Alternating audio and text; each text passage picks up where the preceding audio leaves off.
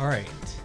Okay, so Well, this is, I guess we'll treat it like a podcast. Sure. Just in case Okay. you need to use this. Okay. All right. Welcome back to KLV Podcast. Welcome. So today, we're going to do something different. Yes. So based off of this book that I'm currently reading, and it's more of a book for entrepreneurs who are leaders within their team, or it's also for teammates as well. Mm-hmm. So we're going to start it off because we work together a lot, and it's important for us to find your why. So this is what I'm currently reading, Find Your Why, and we're going to find our why. This book is the second book that Simon Sinek wrote after Start With Why? Start With Why. Mm-hmm. And basically in that book, he just summarizes why it's important to know your why. And he gave a lot of examples from other successful businesses, successful CEOs that made mistakes and not knowing their why and why their company failed, and why others are successful, like Apple or Bill Gates, for example. So he gave really good contrast, good parallels, especially for businesses like us to find our why and help us succeed. Cool. And not run into those mistakes. So while I was reading this more and more, this book is actually a book that we should be doing as a team, as partners, and it's not a book like a regular book. It's actually almost like a textbook. A textbook. Yeah. Oh, wow. So the first part was just the introduction again from the previous book, but the chapter 2 is where we dive in and start doing the assignment. So chapter 2 is Discover Your Why, right? And I'm just going to read. It's like a book club. Okay, cool. In this one. So the work world is tough. Wake up, go to work, deal with the boss, or if you are the boss, deal with everyone. Make money, ideally to make more this year than last year. Come home, manage personal life, go to bed, wake up, repeat. That's plenty to deal with every day. Why get fancy and waste time? By trying to also understand why you do what you do. The answer to that question isn't fancy, it's simple. Whether you're reading this as an entrepreneur, an employee, as a leader of a team or a division, or you want to tackle the why of your entire organization, discovering the why injects passion into our work. This is not a formula for success. There are many ways to be successful. By traditional metrics, however, the golden circle is a tool to help us achieve long-term, fulfilling success. So this first paragraph, if you're an entrepreneur, all right? So discover your why so you can communicate what is a singular about your company to your employees and clients or customers. For example, Apple may not always sell the very best products. And then he's like, battery life? But if you're someone who wants to think different, you probably swear by Apple on an emotional level you never experienced with, say Dell. And knowing your why makes it easier to hire the right people. Every entrepreneur wants a staff of true believers, and how you can find those people if you aren't clear on what beyond hard work can you find those people if you aren't clear on what beyond hard work you need them to believe in.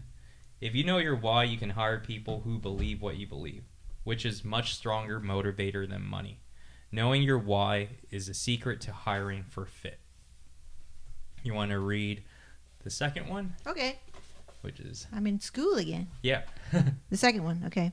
If you're an individual employee, like Steve, the light steel salesman who sat next to Peter, knowing your why refreshes or renews your passion and connects you to your company's why.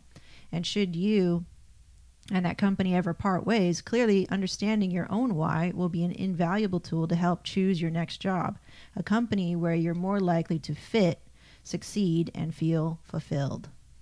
Did I read the next one? Yeah. Okay. If you belong to a team or division within an organization, it will likely have its own subculture, in some cases articulating that team's why. The unique contribution the team makes to the organization can be very powerful.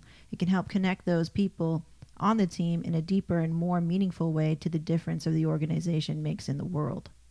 I'll just finish it. If you want to discover the why of the entire organization, it will come from one of those two sources. The first is from the founder's why, which draws from the origin story. If the founder is no longer available, we have the method that engages people in the organization to identify the why based on the best elements of the existing culture. Yeah, pretty much. Okay. Oh, yeah, I still have more. We're divided our approaches to why discovery into 3 chapters that addresses these categories above. Whether you're a founder, an entrepreneur, or an employee, you're one person and you will use the individual why discovery process covered in chapter 3. If you are part of a team, group, or division within a larger company, use the tribe approach covered in chapters 4 and 5. The tribe approach is also the method you should use if you want to discover the why of the entire organization and the founder is no longer actively involved. So we're going to be using the individual why discovery process. But before you separate into individuals and tribes, let's jump into the heart of the process, the basic steps everyone follows. Steps. So step 1, gather stories and share them. Okay. So each of us has only one why. It's not a statement about who we aspire to be. It expresses who we are when we are at our natural best. If, like Steve, the steel salesman, you're already unconsciously living your why, then spelling it out for yourself will turn into an even more powerful tool. And if you're struggling to live your why, then finally understanding your purpose, cause, or belief can help you change course and realign with a new perspective, a new role, or perhaps even a new company to help you find the feeling of fulfillment that may elude fulfillment that may elude you thus far. At its core, the why is an origin story. By looking to our past and teasing out the most significant threads, the experiences we've had, the people we've been influenced by, the lives we touched, and the highs and lows we faced, we can identify patterns. For individuals, our why is fully formed by our late teens. To uncover our why, we must bring together our standout memories or defining moments and examining them to find the connections. For tribes, the why also comes from the past, either from the origin story of how the company was found or from specific stories shared by our members of the tribe that represent what makes them proud to be a part of the tribe. Either way, discovering your why is like panning for gold in the river of the past. The gold is there, lost in the debris of the river, hidden by rushing water. Only when you take the time to pan for the significant moments of the past, retrieving them nugget by nugget, will they turn into treasure. The more specific the memories, the better. Our family took a driving vacation every summer. Nope, that's too general to be helpful. Our family always took driving vacations. One year, the car broke down in the desert, and we had to hitchhike to Albuquerque, and I was seriously scared. He quoted this, "Leaders are the ones who have the courage to go first and open a path for others to follow." But to continue about his driving, but I remember thinking that I needed to be strong so that my younger sister wouldn't be scared as well. So I made up a game to entertain us. This is the kind of specific detail you'll need. Rediscovering the details, the feelings, the conversations, the lessons learned will offer clues to who you are and what your why is. The more stories you can recover and share, the more data you'll compile. And the more data you can draw on, the more easily you'll begin to see the recurring ideas or themes. Whether you are an individual or a tribe, press your memory for the stories that have made the biggest difference in your life. Some occasions you recall may be momentous, but many won't be. What important is the quality of the memory, the specific details you remember, and the strong emotion you feel as you tell the story to someone else. Because it is very difficult to be objective and see the golden thread that connects our stories. We suggest, whether you follow the individual or the tribe process, that you work with a partner or the facilitator, respectively. Are you wondering, will this take as long as Freud therapy? Relax, there's no couch required. You'll come up with many specific, impactful memories as you can, at least 10. Once you got them all down, you will choose about 5 or 6 that made the biggest difference in your life and share them in as much detail as you can. 5 or 6. So at least 10. Oh, 10. At least 10, but then you're going to choose 5 or 6 out of the 10. In the business or in my personal life? Both. He's going to get there. Oh, okay. Yeah. So first is very general. 5 impact memories. Okay. I mean 10 most impactful memories. In general. Okay. So step 2. Okay. Step 2. All right. Step 2, identify themes. Did you ever come home from a party and realize that you had a really good time, mostly because you met someone who got you talking about your life growing up on your experiences in your business? Yes. All the time. All the time. Part of the fun that night, besides the joy of hearing yourself talk, may have been in that hearing the stories your listener developed an idea of who you are, one that you may have found startling. Instead of being just the middle child, for example, you emerged as the glue that held your siblings together. Instead of being the only one of many employees, you turned out to be the new hire who walked in the door and startled everyone in a fresh direction by saying, why do you guys always do it that way?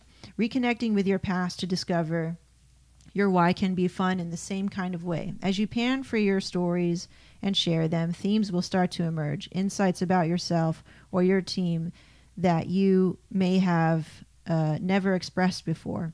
As the process unfolds, 1 or 2 of those nuggets will seem to shine brighter than all the others. They will feel bigger, more important. They will shine so brightly that you'll point to them and say, that's me, that's who I am. Or that's us, that's our team. These themes become the foundation of your why statement. Step 3. That was good. Yeah. So identify your themes after. Themes. You'll start to find a theme. Yes. Within your 10 impactful moments. It's already churning a lot of like memories for me too. Yeah. Yeah. So step 3, draft and refine a why statement. Okay. With 1 or 2 shiny nuggets in hand, you're ready to take a crack at your why statement. Try to make yours. So number 1, simple and clear. 2, actionable. 3, focus on the effect you'll have on others. And 4, express in affirmative language that resonates with you. So eventually, you will put your why statement into this format. To, so that. Oh, to something so that I can something. Yeah. Okay. So, that's all it is. Not 15 paragraphs, just 1 sentence. Of course, simply doesn't necessarily mean easy in 1 sentence. It's harder to hedge or sidestep or hide behind a gobbledygook. 1 sentence is the absolute lowest common denominator. 1 sentence is usually more honest. And if you can wrestle your why into 1 sentence, you're much more likely to remember it and to act on it. Cool. Though we will get into more detail in later chapters, let's break it down a little bit now. The first blank represents the contribution. So to and so on, The contribution. You make to... So the first blank represents the contribution you make to the lives of others. The second blank represents the impact of your contribution. This is like what I'm reading about now, the purpose. So could your why statement be to finish every project ahead of schedule and under budget so that I can be promoted and earn enough to save college money for my kids? No. Why? Even if you see that as a truth right now, your why statement will go deeper than that. It is everlasting and must be relevant in both personal and professional life. Personal and professional. It is a statement of your value at work as much as it's the reason your friends love you. You don't have a professional why and a personal why.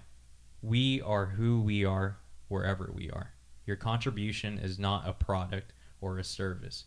It's the thing around which everything you do, the decisions you make, the tasks you perform, the products you sell, aligns to bring about the impact you envision.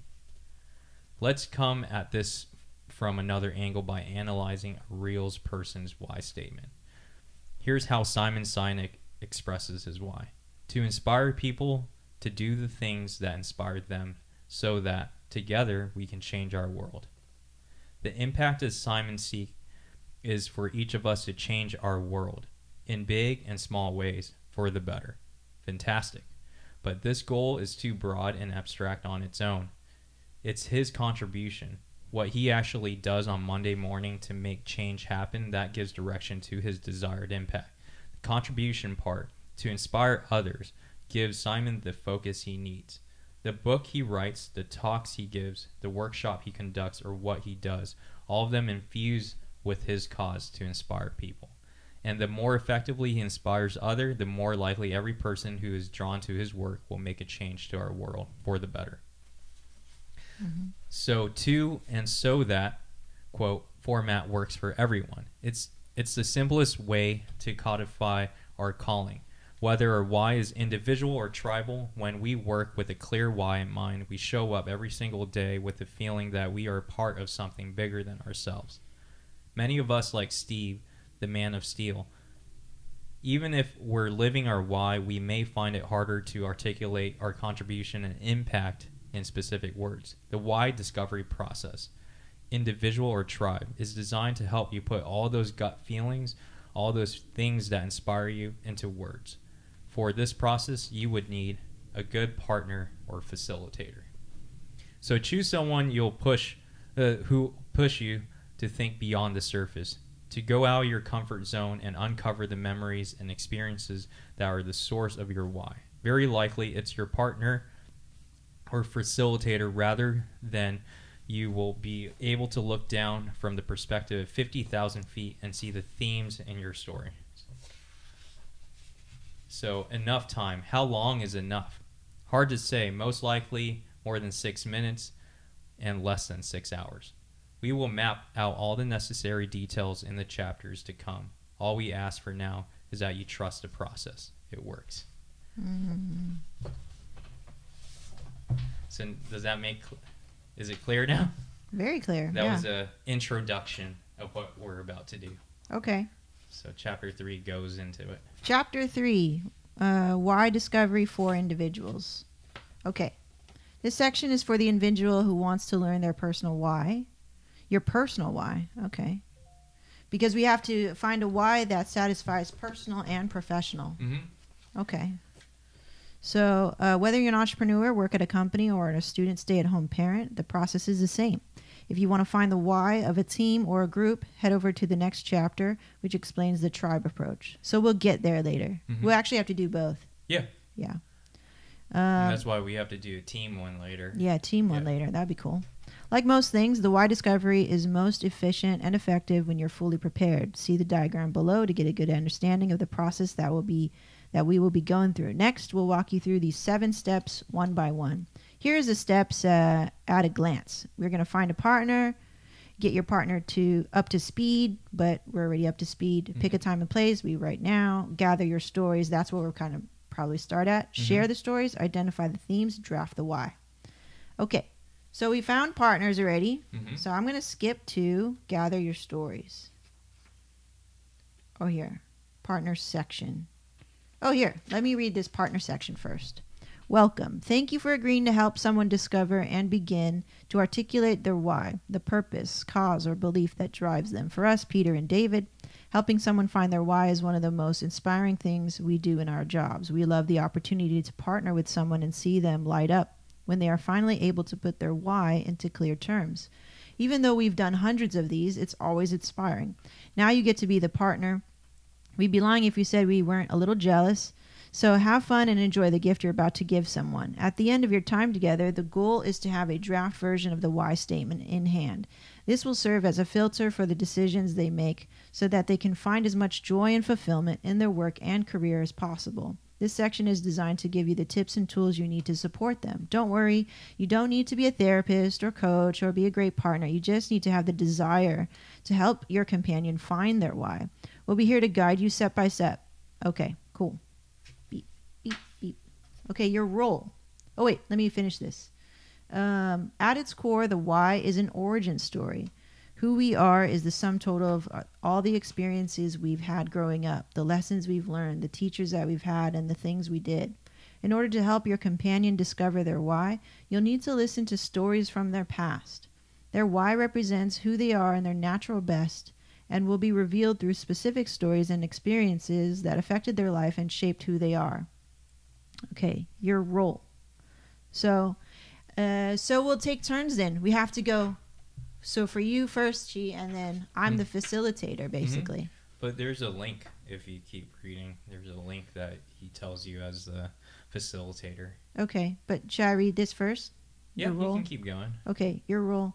Your main role is to listen to the stories, then ask thoughtful questions that will help them dig deeper and find the underlying meaning to each memory. As you listen, you'll take notes, identifying themes, ideas, words, or phrases that occur in the stories. These themes will weave together into a golden thread to define who they are at their natural best.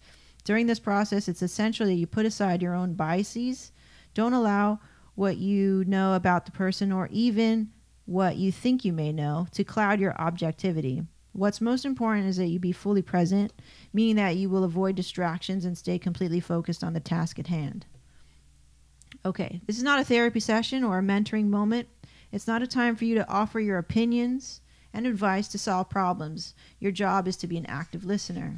How to be an active listener. Active listening is about hearing more than the words that are said. It's about understanding the meaning, the motivation, or emotion behind these words. Some of these techniques of active listening are simple. Make eye contact. Acknowledge verbally and non-verbally what the other person says. Okay, pay attention to non-verbal cues. Facial expressions, body language, and even long pauses all serve as clues to how a story makes them feel. The stories you will hear are some of the most meaningful in their life, and they will evoke strong feelings: pride, love, fulfillment, fear, belonging, loneliness. All of these and more might show up in different ways. Some people get more animated, use their hands more, sit on the edge of their seats, raise their voices. Others may get choked up or often become soft-spoken and reflective. You won't be able to write down everything they say. However, make sure to take notes of what they are saying when you see a visual or emotional cue. These may be important details as you start to find the common thread later on. Cool. Okay, I give you read this one. Did you skip the link? I didn't see You a said link. you skipped a section? No. You didn't? Oh yeah, I skipped the part where we already found a partner. Oh, this one? Find your partner. This one, I've skipped this. Oh, you skipped that. Because we found each other already. I go to the link now? You did skip the link. So I go to the link? Yeah. So What is if you read this part. Okay. Okay, getting your partner up to date. Getting your partner up to speed. Once the person you've chosen has accepted your invitation to help, we highly recommend you start by showing them Simon's talk so they can understand the basic concept of the golden circle. To support your partner, we've included the video and the content from partner section below online at bit.ly/FYW resources. Have your partner read this section before they get started so they can be prepared for the role in the process. Okay, so I'll go there. Bit.ly. You got it? Hold on. Bit.ly is just short. FYW resources.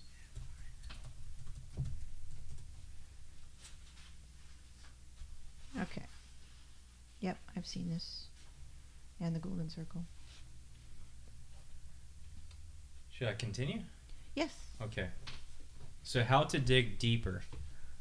We often find that people begin their stories with straightforward facts. What happened, when it happened, and who was there. It's what we naturally do when we tell stories. While these details are important to set context to what will be shared next, they won't help you get to the why, because the why is connected to feelings. Sharing feelings is a very important part of the process. The goal is to help them express the feelings and emotions they felt at the time. It's really hard to connect with a feeling when we speak in generality.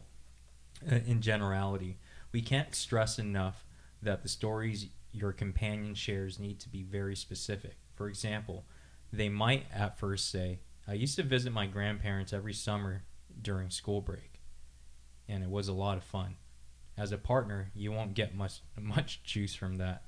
You want the person to connect with a specific summer, a specific event or interaction. If the first pass at the story is unemotional, try digging deeper with something like, Of all the summers you spent with your parents or grandparents, tell me about the one that stands out the most. The goal is that they then actually get specific, which might sound something like, I remember the summer when I was 13.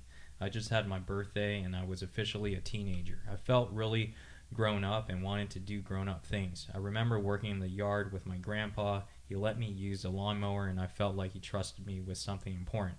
It gave me a sense of confidence. There's a lot more to explore in that version of the story. Okay. Partner tip. If you notice that your companion starts speaking in generality or respond with a general story when you ask for something specific, don't let them off the hook. Just be nice. It will make it more difficult to find their why and much more difficult to tie their themes back to their stories, which is really important. Remember, the why is not who we aspire to be, it's who we truly are. The stories are tangible proof of who they truly are. If they tell you right off the bat how the experience made them feel, don't take what they say at face value. Ask clarifying questions. Often the expression of feeling indicates an underlying and significant lesson or a particular relationship that embodies who they truly are today. If emotions are the proverbial smoke, the underlying meaning is the fire. And where there is smoke, there is fire. It's your job to ask follow-up questions until you uncover the reason the specific story is significant. Here are a few questions that may come in handy. You can find a summary of all the tips and questions in the appendix. So here are some questions. How did that make you feel? What was it about that experience that you absolutely loved? You probably felt this same feeling before. What is it about this story that makes it so special? If they say felt proud, you can ask them, what about this pride was different from other times they felt it? Another question, how did this experience affect you and who you've become? What was the lesson from that experience you still carry with you today? Of all the stories you could have shared with me, what makes this specific one so special that you chose to tell it? If someone else features prominently in the story, ask them how that person made a difference in their lives and what they love or admire about that person. You'll know you're getting somewhere when they begin talking less about what happened and more about how they felt about what happened. It might sound something like, it just really filled me up to be a part of that. Or it was pretty disappointing to know that I let my parents down. Statements like these are where you want to start digging. For example, what do they mean by filled up or disappointed? You may assume you know, but the definition may be different from yours. So ask a question that will elicit more specifics, such as, tell me what you meant when you said, it really filled me up. You probably felt disappointed before. Describe how this particular feeling of disappointment was so different that it still comes to mind all these years later. You may hear stories that are not particularly warm or happy. That's normal. There's lots to learn about someone from their positive and negative experiences. Your job as a partner is to help see the lessons or even the silver linings in those difficult moments too. For example, we did a why discovery with someone who, when asked about a happy experience from her childhood, replied that she had a horrible childhood. She then went on to recount stories of extremely physically abusive father.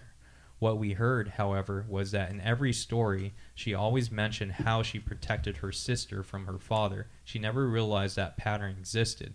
As soon as we point out the silver lining, the positive glimmer in such a dark experience, she immediately started crying. She is who she is today because she learned to protect those who could not protect themselves. Happy memories, sad memories, tales of opportunity and hardship all offer a chance to learn about who someone is and how they became who they are. All roads leads to why. Mm-hmm. Yeah. This is what Tony does for me. Yeah. The better you capture the themes of how they felt, the easier it will be to put together the why statement that feel really authentic to them. In addition to recurring themes that you'll listen for in each story, there are two other main components to look for: contribution and impact. These are the building blocks of the final why statement. The contribution the person makes to the lives of others and the impact of the contribution over time. And we write in that format again, to and so that. The contribution is the first blank and the impact is the second blank, which is what Simon Sinek said, to inspire, to do the things that inspire them so that together we can change our world. Simon contribution is what he actively does for others, seeking to inspire them, and the impact is what happens when that contribution is made. A lot of people working together to change our world. With that in mind, do what you can to find out what your companion is giving someone else or receiving in each story, the contribution, and what difference it may have made to them or others, the impact. You'll begin to see a pattern that will help you understand the contribution and impact of their why. There is almost always some sort of emotional cue, verbal or nonverbal, when they touch on one or both of these themes. Do you want to go deeper? When do we start doing shit? I guess he's trying to save you time by asking the right questions. I see. Yeah, he's forming you to become a good active listener. Yeah. Yeah. Okay. I feel like I did this yesterday with you. You did? Yeah. Yesterday? Yes. Sort of. Well, all of our stories, all of our problems, and our podcast is this. It was like this. Past the Iowa podcast. But then it wasn't something we thought about trying to find our why. Now it's more conscious. Yeah. I am actively listening, and I'm not going to try to solve your problem. Yeah. And I'm going to try to be emotionally distant and unaffected when you tell me all your stuff, right? Yeah. That's why I always have to do that too, which is a tool. Okay, I'm going to read the rest.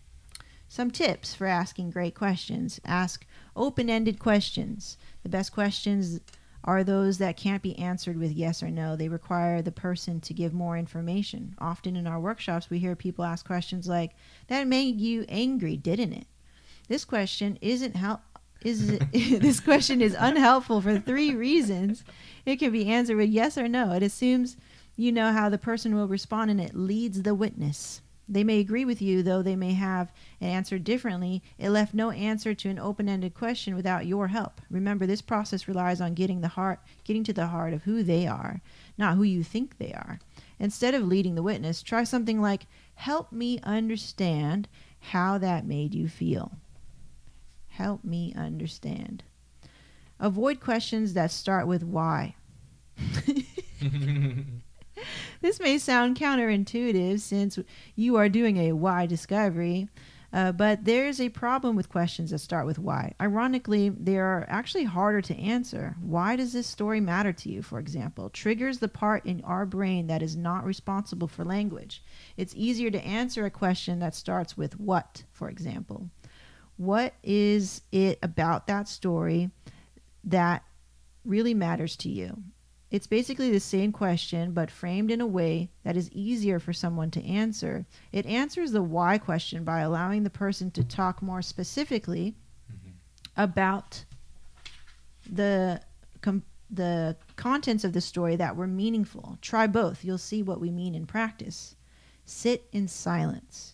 If you ask a question and feel they are struggling to answer, let them struggle. Though your inclination may be to help fill the silence, don't. Resist the temptation to fill the silence with another question or a suggested answer. Instead, just wait. Emotions are difficult to articulate, and it may take a person a little time to formulate the right words. Sometimes silence is the best tool you have to get them to tell you more. Master it. Cool. Yeah. He's really good at that. How to take notes. P.S. This is the last section. You're almost done. He knows.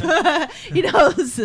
We want to work. Surprisingly enough, the format you use to jot down your notes can be really helpful when it comes time to help your companion tie everything together. You can take notes however you like, of course, but we found this format especially useful. Maybe you will too. Draw a vertical line from the top of your notes page to the bottom. An example has been included for you in the appendix. It looks like this. Facts and meaning. Meaning. Okay. So line down your notes. I need a paper. I have some. On the left side of the line, jot down the factual details of the story, college graduation, for example. On the right side, focus on the feelings, emotions, or interpretations of the meaning of the story. For example, cared that he made his grandfather proud. Okay. On the right side, you can also write down any words, phrases, verbal or nonverbal cues that come up more than once. Separating your notes in this way makes it easier to review them at the end and identify the elements that are most important to the why discovery process. Here's a hint. All the essential stuff will be in the right-hand column, the emotional side. As you take notes on your multiple stories, you'll begin to notice which themes, words, phrases, or ideas recur most often. Underline, circle, or highlight, or put a check mark next to each one of these words or phrases. This can help you quickly identify the themes that will lead to the why later on. Also, for each story, write contribution in quotation marks and or impact in the right-hand column to remind you not to move on to the next story until you are clear on what they have on what they gave or received, the contribution, and what effect it had on them or others, the impact. So be sure you get the contribution and the impact before you move on to the next story. Mm-hmm. We've given you a lot of details that we hope will help you in the best partner possible. Remember, this really matters to your companion, and they asked you to help them. That's an honor. What matters most is that you show up with a genuine curiosity as well as a desire to help the person you're working with. Who knows, maybe when it's all over, you'll be inspired to look for your own why. Find our own why together? Together. Well, I'm already inspired. I can't turn the page. Okay, here you go. Pick a time and place. We're already doing that. Okay, so gather your stories. Turn off your phones, remove any distractions, and enjoy the process. Before meeting with your partner, you'll need to do a little prep work. Your why is born from your past experiences. It is the sum total of the lessons you learned, the experience that you had, and the values you adopted while growing up. You're looking for stories that bring to light who you are at your natural best. As you recall stories that fit the bill, jot down notes on each so you can quickly recall them when you sit down with your partner. Here are a few guidelines for gathering the type of stories that will lead to you and your why. Cool. Think of specific experiences and people in your life that have really shaped who you are today. You may choose an event that was obviously important, such as the day you came up with the idea for your company, or an event that's less obvious, like a defining moment you had with your old boss. If the event meant something to you, helped you become who you are, taught you something, made you proud, write it down.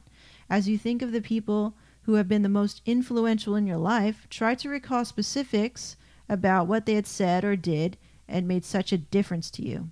Since your why comes from your past, which is the period from your birth until yesterday, you can draw your stories from any time in between those markers. The memories may come from school, home, work, or any other area of your life. You may recall times or events that you would gladly revisit, or you may retrieve memories of painful episodes that you would have never want to relive. Both kinds of experience have in common is that, good or bad, they help make you who you are.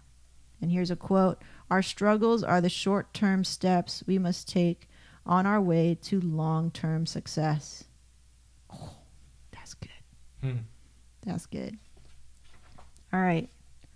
The goal of the story gathering exercise is to end up with at least 5 stories that you consider the most impactful of your life.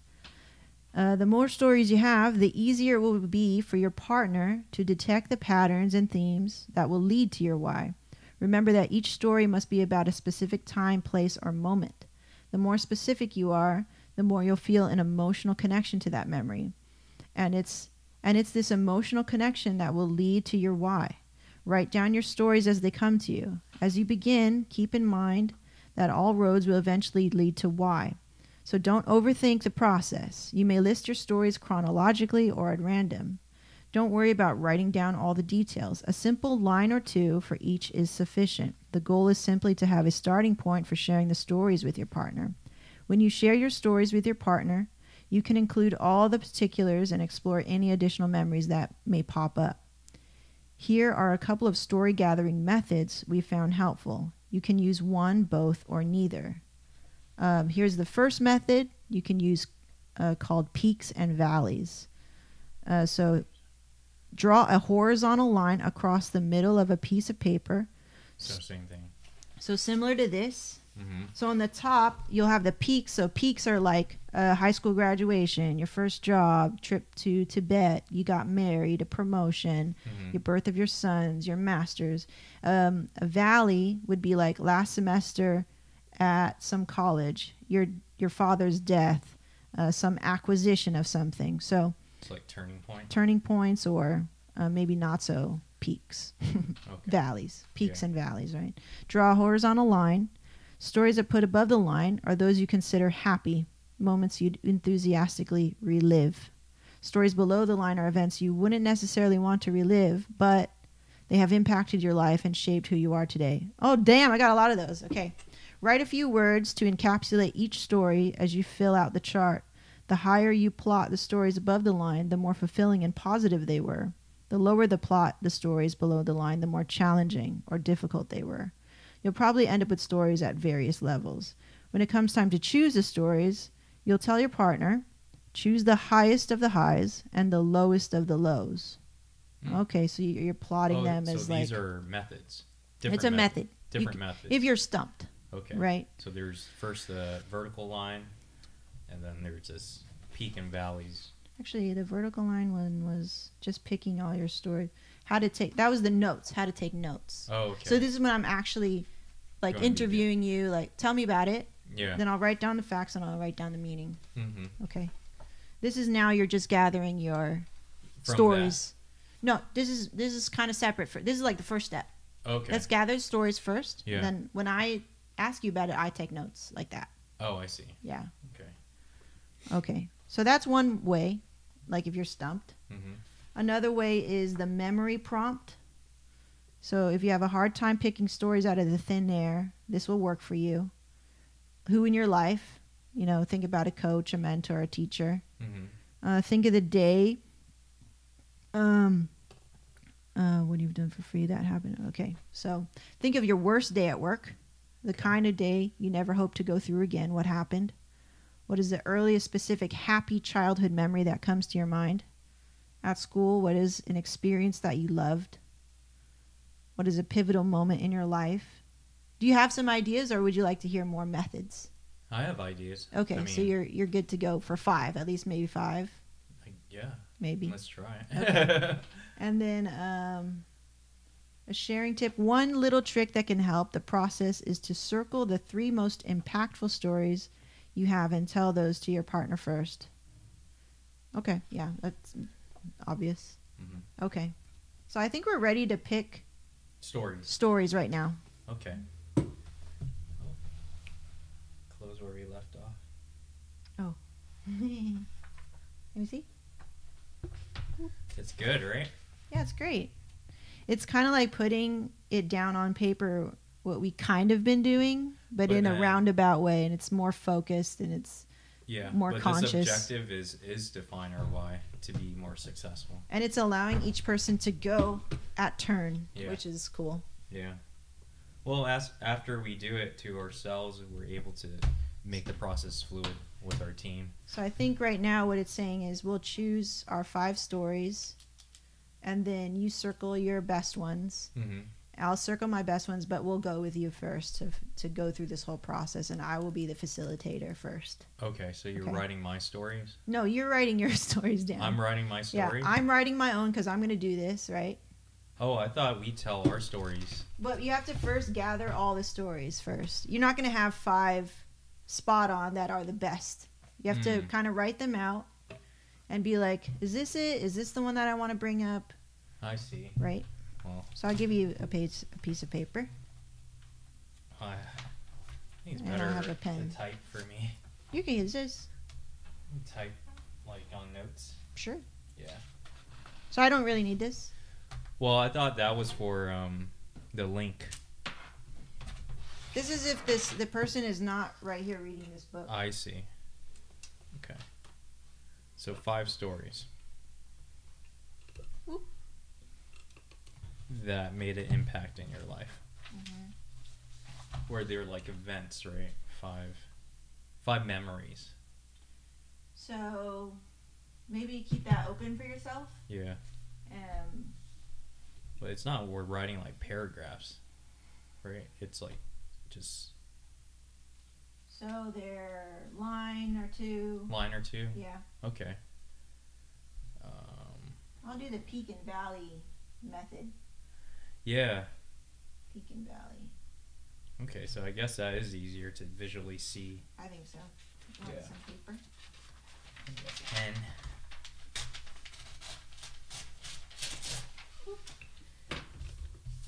Is there a pen over there?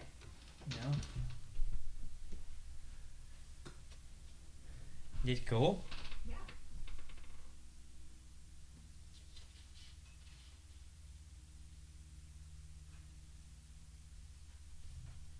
Maybe it. Okay.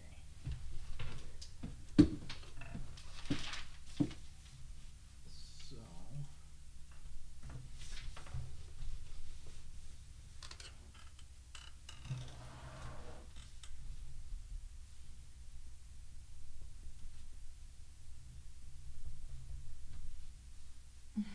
I have many of these. From past to whatever, right? From the moment you were born and now. Yeah. All right. Peak is when you were born. Hmm.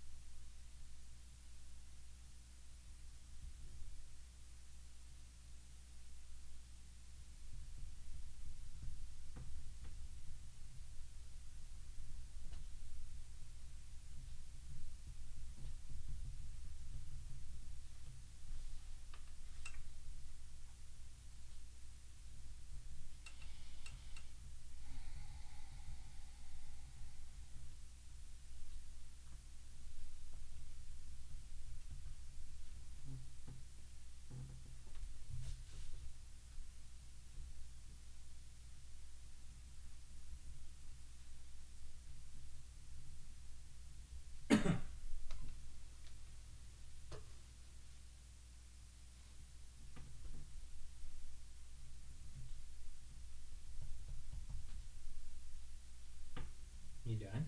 Yeah. These are the big ones.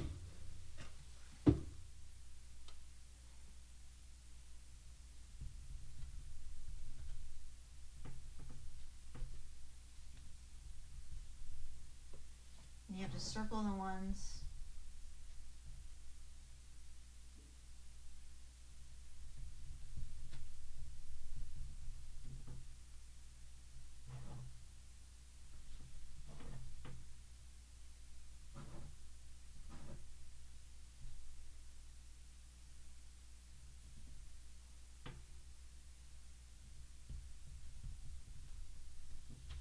Kind of mean the most.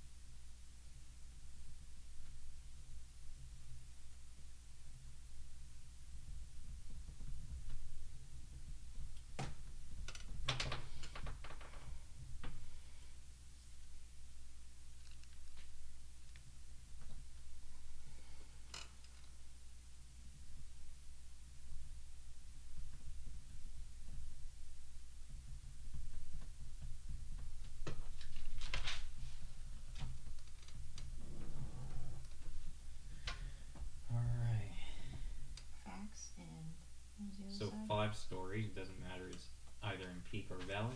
Doesn't matter. I feel like they shaped you. As long as that shaped me the most. What did this say about the line down this way?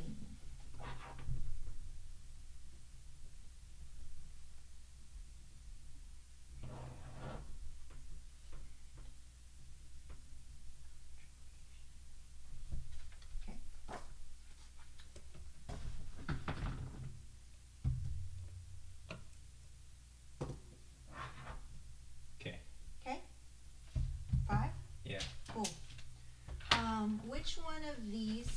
Which one of these things would you like to tell me about first? Well, I guess we can start with a timeline, because what I did, I wrote it in the timelines since I was born to present.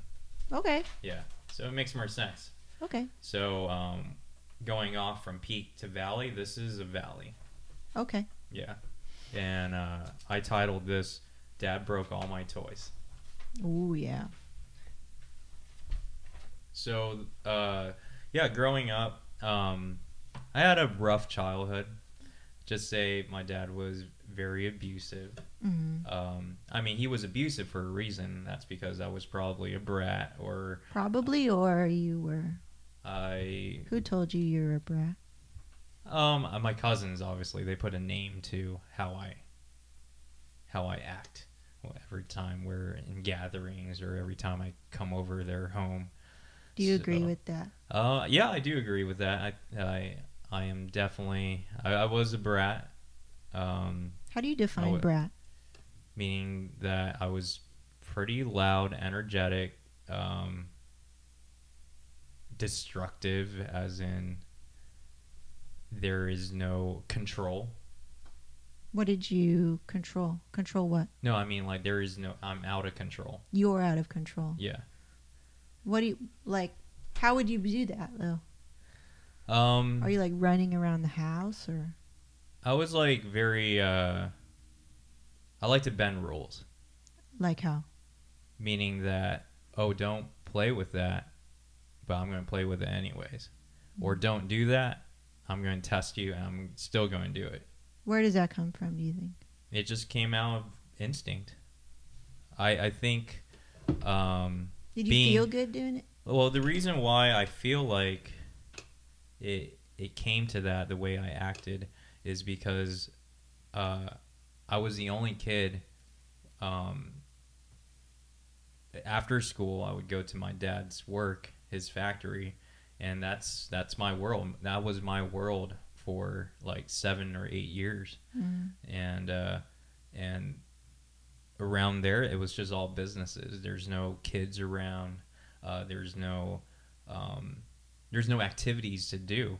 And especially where his factory was, it's not where I grew up. You know, originally being from Yorba Linda, you would think I would have friends in Yorba Linda, during my early childhood, but no, most of my friends were whoever had kids that was running their fathers or their mothers running businesses near my dad's shop. Whenever they come on weekends, those were the kids. Those were my playmates, right? But these playmates, although I was probably 6 years old, 7 years old, these kids I was playing with was like 12 years old or 13 years old. But that basically kind of shaped my childhood. And yeah, there were things that they taught me that wait, can you answer my question first, which was what how do I get all out of control, right? No, just what does it mean, out of control? Meaning that I was hard-headed. Okay. Right. Hard-headed. And are you saying? And it's like basically being the only child and like being the oldest cousin on my mom's side, right? It's like it's your way or no way back in the day, right? I mean, for me, because there's no one telling me that I have boundaries when I was younger. But you said that people tell you don't do that. That was my cousins, like on my dad's side, because they're a lot older. Yeah, but then I spent most of my time on my mom's side, where I was more of like the eldest cousin. In the factory? In the factory, because Brian, John, they'll come over, and because their parents would work alongside with my dad. And okay. Yeah. Okay. That makes more sense. But then I'm just saying, like, yeah, it's that attitude when I was young that and all kids during that age are testing what is right and what is wrong, right? And I was that kid that always wanted to test my parents. Where do you think that comes from? Was it like to get back? Because it's boring. To get back at them because they're saying no all the time or something like that? I think it was just the shop was boring. I needed excitement. I needed trigger, right? Being sheltered. So it's better than nothing. Is to push buttons. It's to push buttons. It's so boring, right? Boring, okay. Yeah. Like if you grew up in a cube, like if you saw what, I wish I took pictures of it, but literally after school, there is no television. You're not able to go on TV until it's Saturday or Sunday. And after that, you're back to school. I would practice, probably my early memories during this time was practice your cursive, you know, write it over and over and over again. Or all right, you're done with your English. Now practice your Spanish. And if you don't know your Spanish, go to and start talking to my employees in Spanish. And I was like, oh, shoot. Okay. So, right? So everything was always revolved around education, right? And then that's where I felt really boxed up, and there is no excitement as being a kid, you know? Like, you see other kids playing around and stuff, right? But there was no break there was no break in when you're sheltered, and education 5 days a week, you know, even education when you get back home from school, there was no time of play. There was no play. It was always work hard but play less. It wasn't work hard and play harder, right? It was work hard and play less. And that was that life for, like, I would say up until 6th grade. Yeah. I see. So coming back to, I already see a lot of patterns because I already know you, but I'm trying not to be Biased. biased and stuff. Interesting. So. But then what it comes back to, Dad broke all my toys, right? Yeah. It comes back to that is that, yeah, he felt I didn't deserve any of those toys, and that's why he broke them. Who bought you these toys? And my mom would buy those toys because I think her beliefs is that you should be rewarded for small success. Do you believe that? I believe you should be rewarded in, like, yeah, small achievements starting out as a kid. But then for my dad, I feel like he's a perfectionist during that time. When he was raising me, he was a perfectionist. He was thinking that I was like freaking, I don't know, Albert Einstein or something, that after reading one thing, I would just know it. He didn't really know how to... I knew he was trying to be his best in being a father, but at the same time, it was like juggling his business and taking care of me. But I feel like, yeah, to the point where he had to hand me off to like that tutoring center. The Kumon? No, it's like Sullivan or something. Sullivan? Yeah. But at the same time, it's like when he does teach me, it was the wrong thing. Yeah. How is it the wrong thing? Well, I got all, like, I knew it was correct, but then he told me to, for example, this one time, it was a math homework, and I did all of them correct, but then he erased all of them because they were all wrong, and then I turned in... Why are they all wrong, though? Because they were wrong. But you said it's correct. No, because he erased it and told me to do it his way. I did it his way, and they were all wrong. Yeah. And then I came back saying... He taught me the wrong method. Yeah. Yeah. Yeah. And then what did he say? And then it comes, and then I started to feel like I couldn't trust him in knowing if he knows what he's talking about. What grade was that? That was probably around like 2nd or 3rd grade. Pretty early on. Yeah. Not trusting your dad. Not trusting, because at first, you know, you would think... I had many role models, like, from seeing other kids, and their parents will help them, and they would get the right answers, and then my parents helped me, and I got the wrong answers, and then I get hit for it, or I get my toys taken away, or broken, or not get anything. So, yeah. Because But did you blame him?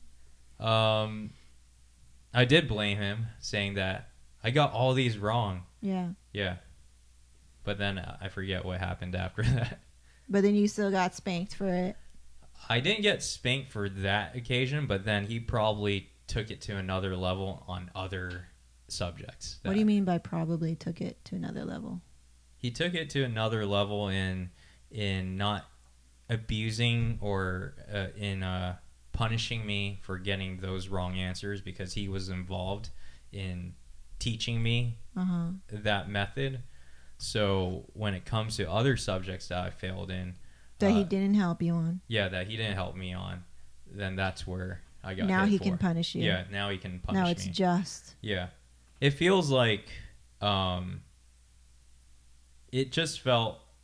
I didn't know what his methods were. I never asked him, why do you hit me? You couldn't. Yeah. To second grade, right? Yeah, you just don't have any reason of why you want to ask him that. Where are you benefiting out of this, right? Yeah. So, but then eventually, yeah. But you just felt like a mistrust.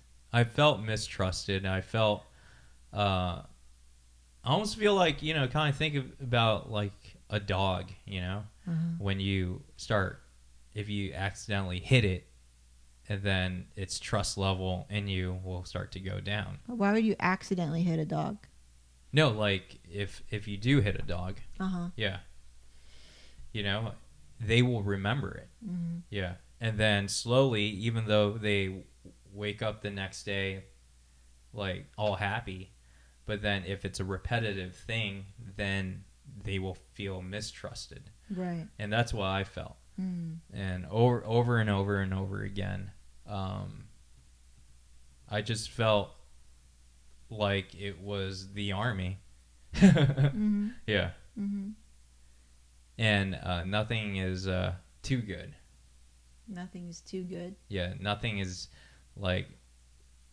enough for my dad. Mm-hmm. Yeah.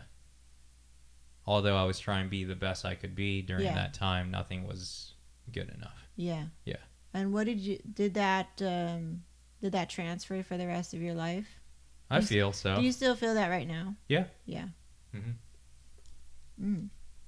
Interesting. Okay.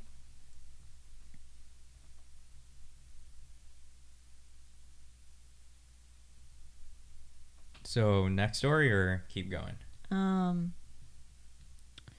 How do you feel, or how do you think this sort of like mistrust and nothing ever being good enough and work a lot and you need to deserve things before I even think about rewarding you, how has that affected you currently?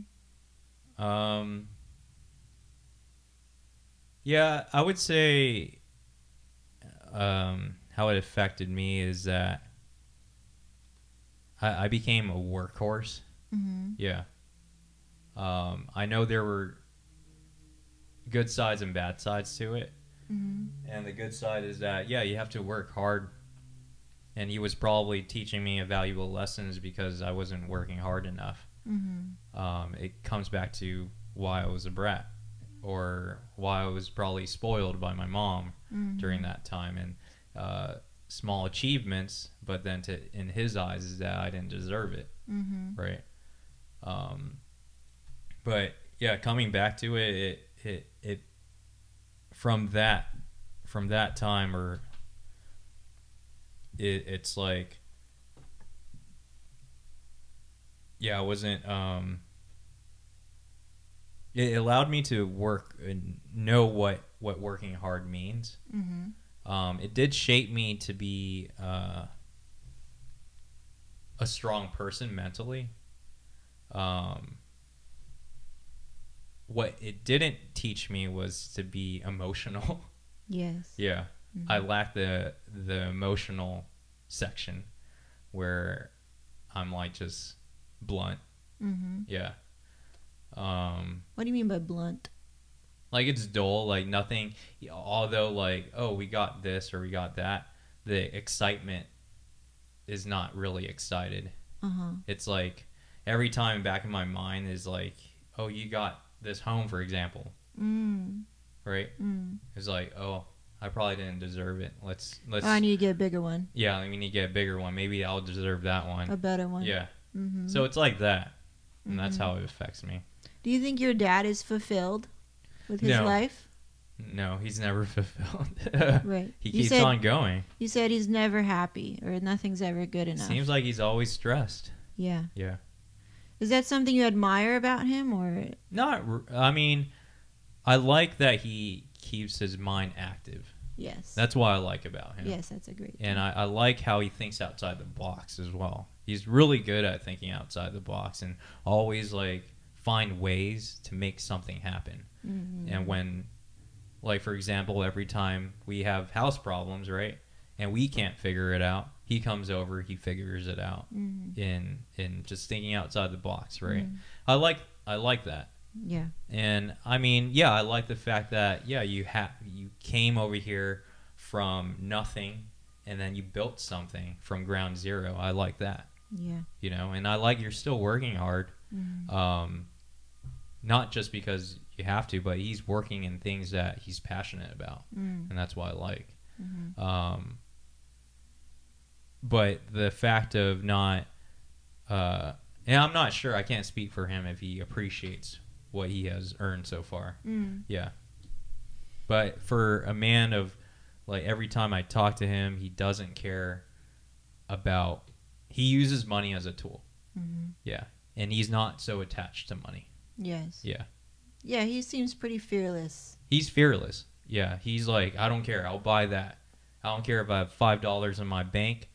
Whatever I have in my bank, I'm going to invest it. Like, yeah, he's fearless. Yeah. Yeah.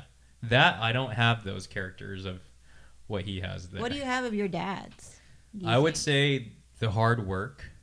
I am fearless when it comes to, like, when it doesn't involve money. I do become fearless when, okay, I'm going to shoot here without a permit because I like it. I want it for this collection. I want my clients to experience the best within their memories, right? And have the best experience with me. Yeah. So I don't care. We're going to break rules there. Yeah. Yeah. That's my fearless instinct there. Or I will, another example of me being fearless is I would take up sports, right? And just try it out. Although I suck at it, I'll be stubborn at it. But I'm like risking my life out there and still doing it. Yeah. So. Any maybe attributes that you don't really agree with, or that maybe gave you a little bit of trauma when you were young that you still have today? All I can think of things that kind of spawn on this is the fact that I work too hard and sometimes I don't know. And naturally, I just think of so many ideas, like just sitting on the couch, like I cannot stop thinking of what's the next step. What should I do? Where should we go? What should we eat?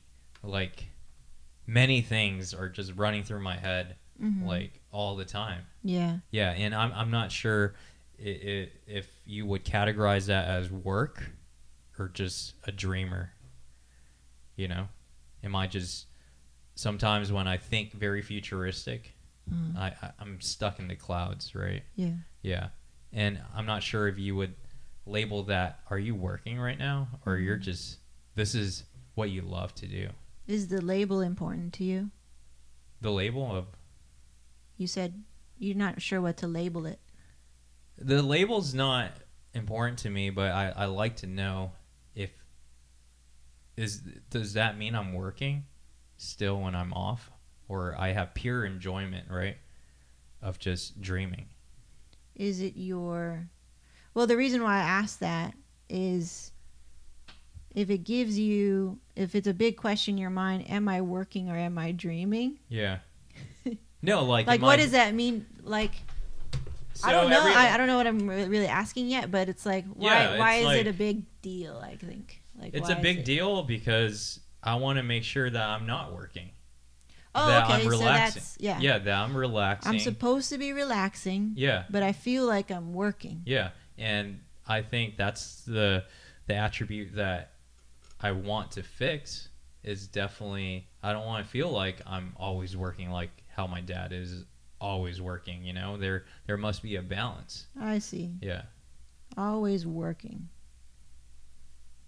So, do you find yourself always working but want maybe not to be always working? Yeah. But you find that what, you can't help it, or? Yeah, I can't help it in a fact that, or I can't distinguish if when I'm thinking of ideas, is it that I'm working, Mm-hmm. or do I have pure enjoyment, just like to think of ideas that are helpful and beneficial to personal and business life? So are you feeling guilty then? Is that Um, why you're like, oh, I'm thinking of so many ideas, and does that mean so it's guilt? Yeah. Is that guilt for you? Because you don't want to be like your dad, always working.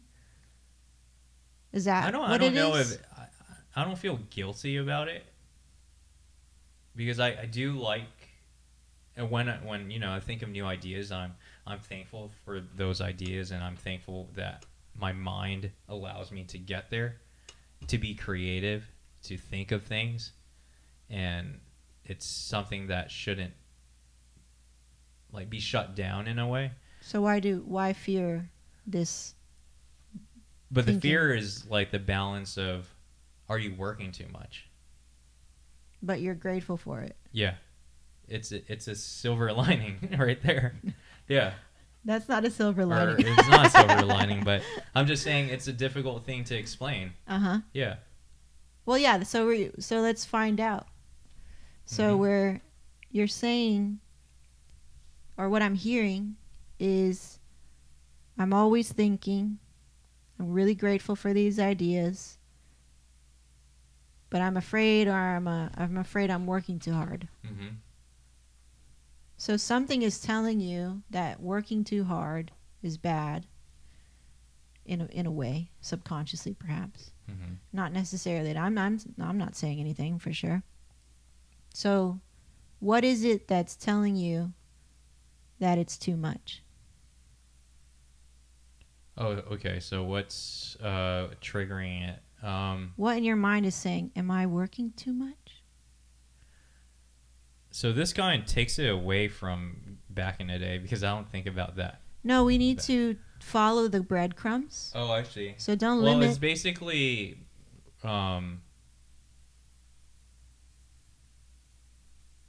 I feel when I'm shooting, right, physically, I feel restless When you're shooting. when I'm shooting, because I'm shooting too much. I'm working too much, right? So you equate the shooting with the thinking. Yeah, because now you're thinking, but then now you're using I'm using my mind like left and right. The way that you scout and the way that you shoot. And different things, right? So when I'm out, I have another mindset. I'm shooting. It's a shooting mindset, right? A creative mindset behind the camera. And how are you going to tell their story? How are you going to give them the best experience, the customer experience, right? Mm-hmm. But then when I'm at home, I'm in a different mindset. I'm in the mindset of just, I can relax, but at the same time, I still have to work in a way where my responsibilities, right? My responsibility as a leader is to think of ideas that can move the company forward, right? And that's where, but then my personal life with my wife, right, is she says that you're working too hard, right? Or take a break. Learn how to take breaks. Learn boundaries, right? But something that I have trouble of doing is knowing my limits. I see. Creating your own personal boundaries. You feel like, or can I ask this? Do you feel like you're using the same mental fortitude and resource and leadership skill and everything that you do in your shooting realm? Yeah. You're using the same mental fortitude when you shoot as when you're at home, maybe searching for new ideas to push the company forward, so you feel like you're always working. Mm-hmm. Is that accurate? Yeah. Okay. And then for you, if you hear somebody tell you, you take a break, do you feel like that doesn't come from you, that you want to keep working, and somebody else is telling you, take a break? Mm-hmm. Or do you have your own, like, do you want to take a break? Yeah. Yeah. Because mentally I want to take a break, but then the other side of me says that if I take a break, it seems like the other side within me is saying, oh, if you take a break, then the company takes a break. Yeah. Ah, okay. Do you realize that? Oh, so maybe you're thinking, if I take a break, the company is not growing. If I stop, the company stops. Yeah. Interesting. Is that accurate when you have a team? Well, so now it's accurate when we have a team, but then there is no second me from what I've learned. Yeah, there is no one yet available if I was to get injured or not capable of running. No one knows why, basically, of why I do the things I do. Yeah. Although you can still, I know with my team, you can still get the bookings, right? Yeah. But then there is no credible source, a capable person, right? That can carry based on what you can sell. Carry. What does it mean, carry? Carry skills, thinking new ideas, carry on the company to another level. Why do you think that is? Because there's no one that I taught that yet. Basically, there is no foundation of anyone I taught the way that I would think, or how it would get us there, or why these ideas are valid and why these ideas are invalid, why these ideas work and why some don't. Like, I would say I wasn't even prepared to teach someone that yet, and no one has reached out to even wanting to take that role yet. No one has reached out. Okay. No one has reached out to be the next, basically, CEO, right? If something was happening, like if something was going to happen to me. Yeah. Okay. So there is no safety net, is what I'm trying to say. Which is why if I stop, the company stops. That's what you really believe? I believe my work and what we put out, it all spawned from me, basically. The vision, right? The formula. What makes sense. But then creativity, the methods of reaching creativity started with why I grew this company, right? There was a particular style and particular method of speaking to our customers, and the process of guiding them comfortability wise when they're being photographed, right? But then creativity even further, right, is finding that creative eye and holding it in every shoot is a very challenging thing to do, but I haven't really taught that to anyone else yet. Although we've been teaching basic foundations throughout this time, and there are people that will stay in basic foundation for like based on their own time, you know, based on their own level and how much they want to work on this craft. Yeah. Okay. So that's why I'm saying is this fear of thankfully that you're here and there are tasks that I can let go, and we have worked our steps to letting go in those tasks that I can let go, mentally let go, right? And I have let go, but then there are things that I can't let go yet, just because I haven't found the right fit. Mm-hmm. Okay. Interesting.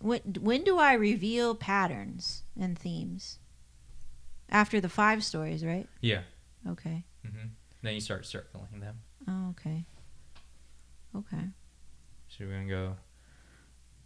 To the next one? Or you feel like you maximized?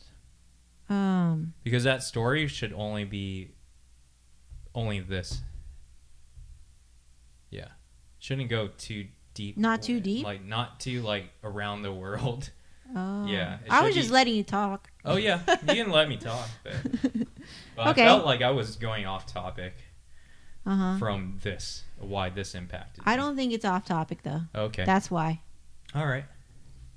I think it plays into exactly why we have limiting things right now. It plays into why I'm finding my why. And why I do what I do.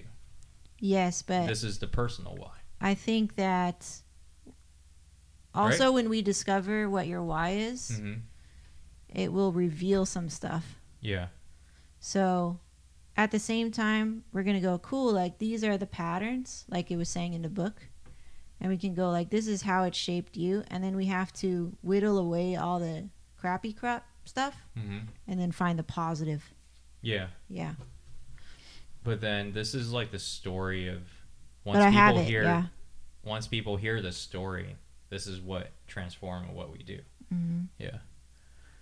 Okay, so the most second thing, this is the peak. So Dad bought me a basketball hoop when I was, I would say, like 3rd or 4th grade, right? So soon after this happened. It was very rare for Dad to buy me a basketball hoop or just anything unless I worked for it, right? Yeah. So how I won this basketball hoop was a bet. So my mother took me to Toys R Us and I saw a basketball hoop for $99, Mm-hmm. right? Being a kid, it was like weird how I knew $99 was cheap. Mm-hmm. Yeah, it was weird. But Maybe I knew, you heard it. Yeah, you know? I knew $99 was cheap for a basketball hoop. I thought basketball hoop during that time was like $500-$600, Mm-hmm. right? But then at Toys R Us, it was $99. So I made a bet to my dad. I'm like, can we get a basketball hoop? Mm-hmm. And I told him it's $99, and he's like, no way. He would Yeah. say, no, it's not $99. You Yeah. read it wrong. It's like $1,000, probably $999, Yeah. right?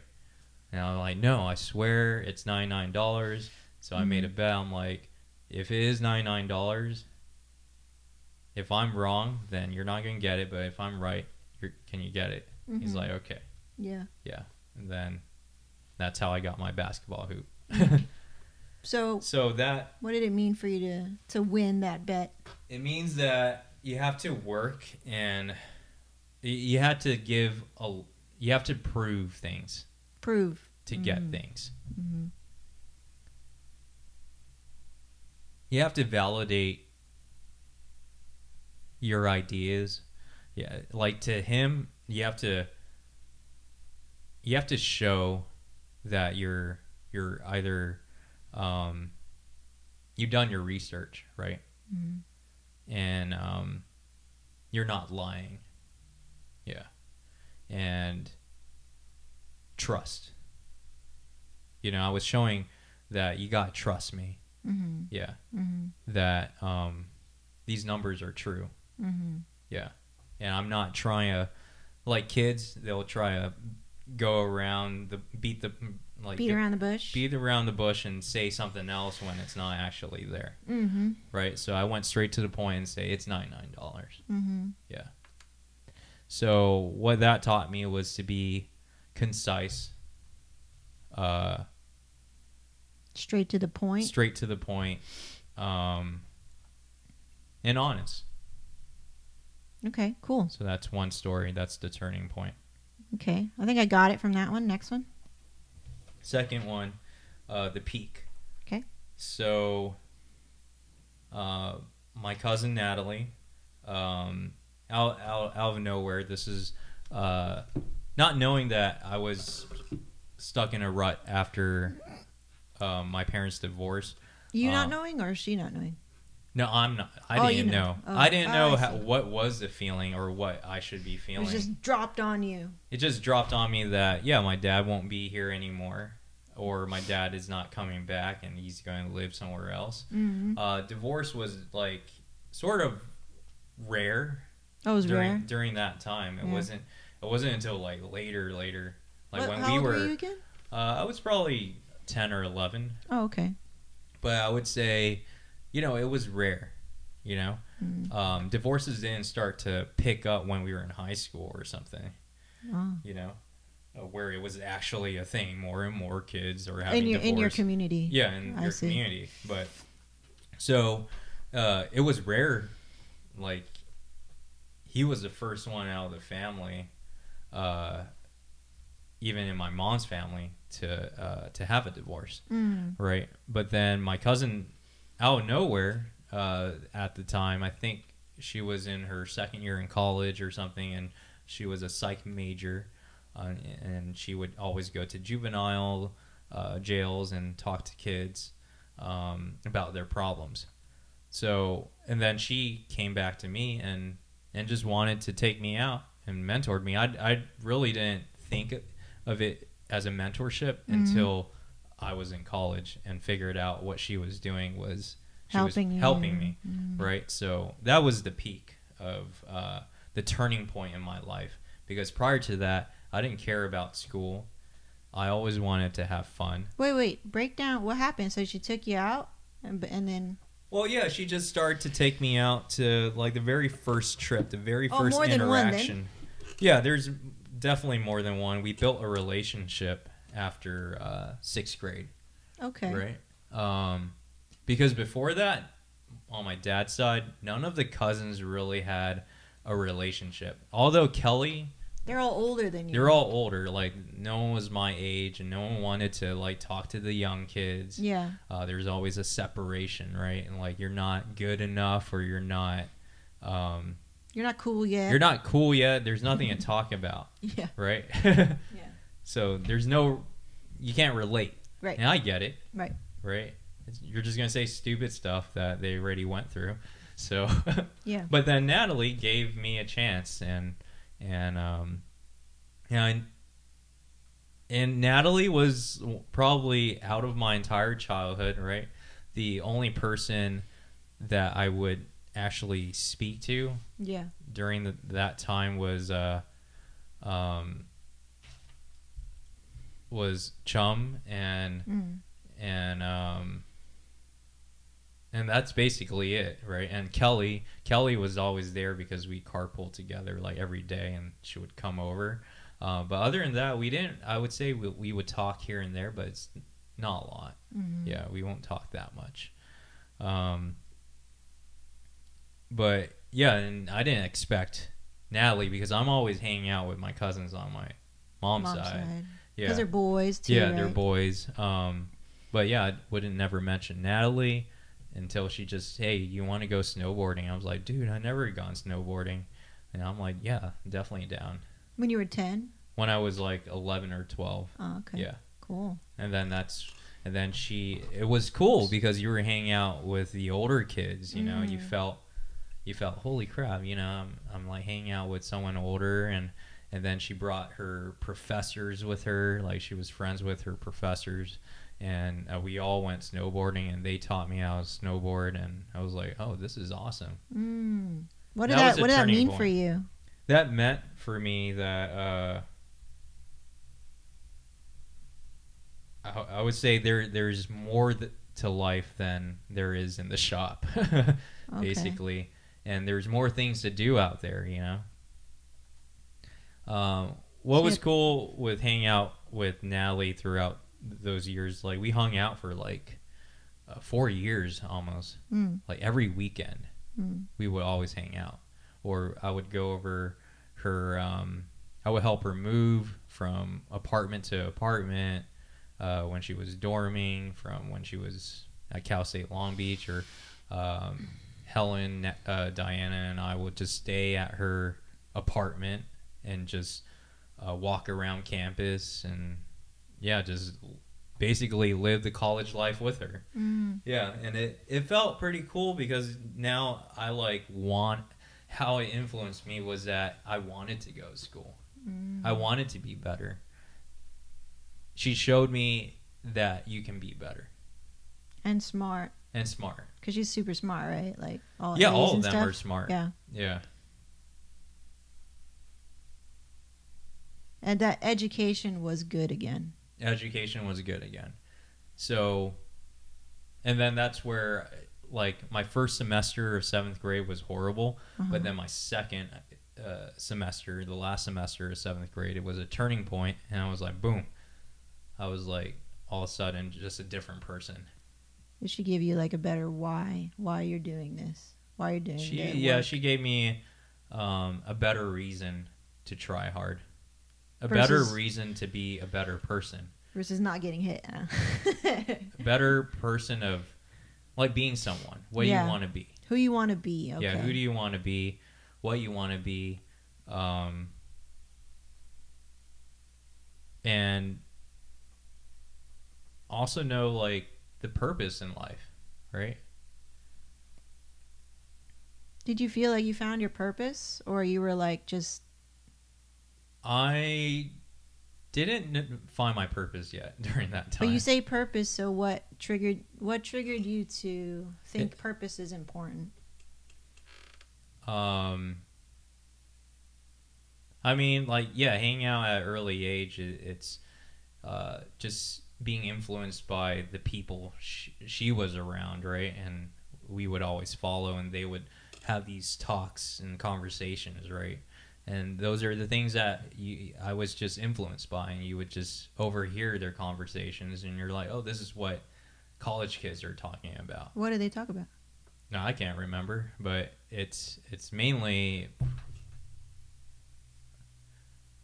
No, I can't remember. Yeah. But you knew it was important. But it was a lifestyle. It was important. It was a lifestyle, right? You wanted to achieve something. Achieve, okay. Yeah. Achievement was important. Achievement was important. Yeah, ambition. Like you were not ambitious before? Yeah, I was actually living in the present. I was not futuristic before her.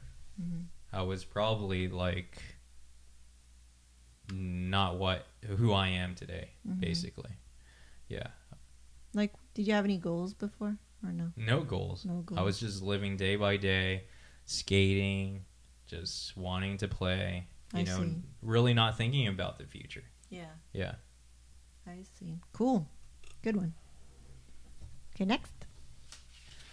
And then going back down, I got held back in nursing. So I feel this was a turning point. This was the valley. Another turning point. This is a turning point because there were many signs that people have told me that nursing, are you sure you want to be a nurse? Even Natalie called it out way ahead before I even went to college. Like, you're going to go for nursing? Why did they say that? This is nursing. This is that. I don't know why they said that. You don't know why they said that? I don't know why they said that. Yeah. But there was not something in you that exhibited that you weren't going to be a good nurse? Yeah. Probably they saw something that they couldn't see. I mean, that they know within me. That you couldn't see. That I couldn't see. The person doesn't know, but someone on the outside knows. Right? My mom couldn't see me as a nurse either. But she was like, she's like, do whatever you want to do. Yeah. You know, like it was open ended there. What'd your dad say? My dad, no, during college, we hardly spoke. Like, we hardly spoke for like 4 years or 3 or 4 years because when I was in college, I was like focused. Yeah. I wanted to go in and get out. Yeah. Because money, like, you know, my mom was just working on her own. I didn't want to take up more of her time, so I tried to get in and get out. Like, I made a few friends here and there, but I wasn't there to really make friends. I was there to just get a degree and then go start my life. Yeah. Yeah, I didn't want to waste time. I also had another mentor, which was like Brian's brother at the time, where he was like a genius. Yeah. He was studying engineering. He was my roommate as well, right? He was just natural. Yeah, coming back to being held back in nursing. Yeah, coming back to being held back in nursing is that, yeah, a lot of people called it and said that, yeah, maybe, nursing not for you. Wasn't for me, and although they said that, it pushed me harder and it's like, okay, I'll prove it that I'll just go through it, right? So I went through it and until that point where it really wasn't for me because I found another passion that fit my lifestyle. But when I got held back, it was very drastic because I was lost. I felt I haven't had this feeling ever in my life. What did it feel like? It felt like, what is the point of life, right? What's the point of living? If you failed? Yeah, if you failed. And there's no point of life of seeing myself working and flipping burgers. I know myself better than that I won't ever want to be there. Yeah. So and then I was in limbo. I was like, what am I good at? Yeah, and that was a feeling of loss. Yeah. That was a feeling of failure as well because I gone through nursing school for the first 2 years, like with the best grades and knowledge that there is to be a nurse, right? Oh, the textbook stuff. All the textbook stuff, applying stuff I was good at because they're all like machines and computer stuff, which I'm good at, right? But then like nurturing was what I wasn't good at. Emotionally there for people. I can say textbook stuff, but then there was something real that you needed to be a nurse. You have to genuinely care and want to be there. Yeah. And that's where I say I was lacked and my skills weren't. That's why you failed? No, I failed because I wasn't proactive enough. Oh, okay. Yeah. And that's when I became proactive. Proactive how? What does proactive mean? Proactive in nursing during that time, right? Well, for you. For me is to think outside the box. When you think you have done enough, you haven't done enough. There's always more that you have to do to succeed in what you're currently doing. Yeah. That's being proactive. So in nursing, when you weren't being proactive, meaning that you didn't do everything you could do. Yeah, to save lives, to help the patient out. Like I wasn't being proactive enough. Are these real patients? These are real patients. Yeah. I mean, I'm like, it's in an externship, so there's always someone overlooking what I do. Yeah. But all I did was textbook stuff, and I applied it. I'm like, okay, gave the IV, administer fluids, administer pain meds, and check, and I'm done. And that still failed you? And I still get failed because I'm not showing empathy, sympathy, like all that nurturing stuff. It's almost like customer service, right? I'm not being proactive enough in communicating the whole package. The whole package of being a nurse rather than just textbooks and applying knowledge, right? You have to go beyond that. We didn't care about that part. Yeah. I see. And that's why I got failed. And that's why I failed. And that's why I got held back is because yeah, you can do your job. You can do it safely. Cool. But then you're missing the other part. Do you really want to be here? Do you want to be here? Yeah. And you didn't want to be there. And I didn't want to be there. I wanted to be outside. I wanted to be in LA at the time. I wanted to shoot. Yeah. Yeah. Yeah. So, but that was the turning point that I was that's what struck me. And then from that day, came home, told it to you, told it to my mom, told the world that I got held back, and I am lost, and I want to quit and really do photography full time. Yeah. And I was like, I feel photography is the thing for me. I felt it, like something that I never felt in my life before. It was a calling or something that you should just quit. Doesn't sound like you're lost. Sounds like you're determined. You know what you I was wanted to do. determined. No, I was lost because there is no money in photography. Like, nothing that you can hear of. Like, you never heard wedding photography back in 2008, 2009, or even before that when you were in high school as a career. Oh. Yeah. There was no such thing of a wedding photographer when I attended my cousin's weddings or whatever. Right? There was like, oh, wedding photographer? Like, what? What are you going to do with that? You're just shooting someone's event, no creativity, just documenting, right? So I was like, I didn't see anything out of it to feel like, oh, is this going, like, can I survive being this, you know? So that's why I felt lost. I see. I was like, this is security, right? Nursing is security. It's a security blanket. Photography, there is no security blanket. Yeah. Yeah. I see. Cool. And that's why I was sitting at the staircase and just contemplating what should I do. And yeah, that was the turning point.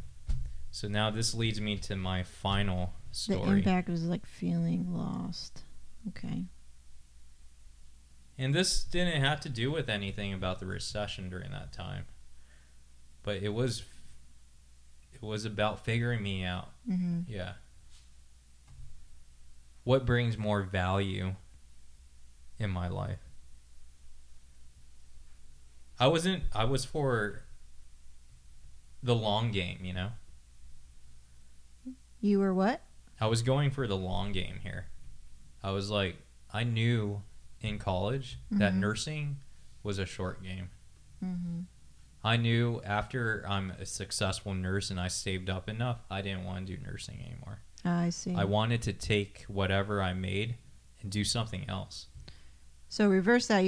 This is a short game gain. It was a short game, but then the short game got me held back. But you still graduated. Still graduated. So it's still a plan B of all plan Bs. Yeah. You have the degree. Okay. Next story. So the peak is I found photography, started with a hobby, and we made it as a successful business after feeling the success within the second year. And knowing the true meaning, it didn't come to my knowledge until the moment that when I was balancing here, nursing and photography, and when I got held back, I paused photography. And the moment I paused, I didn't get any recognition from photography. No one knew me. But then when I came back, people became aware of me. And I was like, oh, okay. So it's like you got to feed the baby. Yeah. And that was early on. I knew instantly when I was silent in the photography world. Like there was lack of business, lack of interaction. People were wondering, where are you? Right? Yeah. And then came back full force. Then the words got out, you know? Yeah. Our name got out. And it started from there, and that's a turning point in my life, and it's been a turning point ever since, is that I found like what I was made to do. Yeah. I see. Cool. Okay, let me address my notes really quick.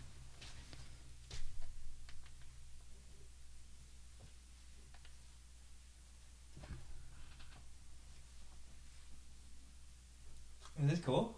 Yeah, it's cool. I'm going to get some water. Okay.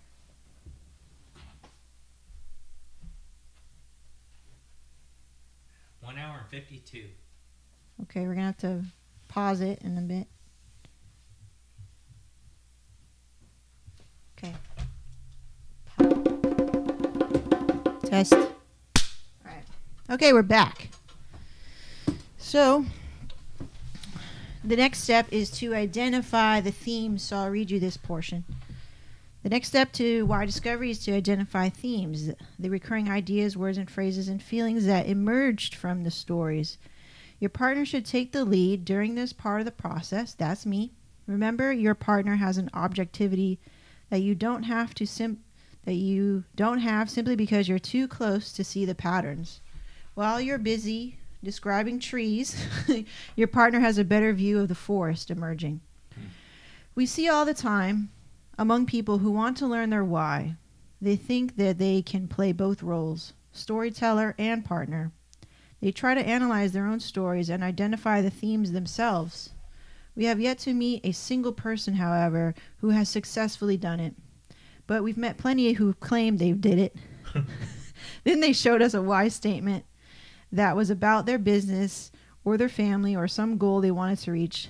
When pressed, their statements on their passion for their statements fell apart.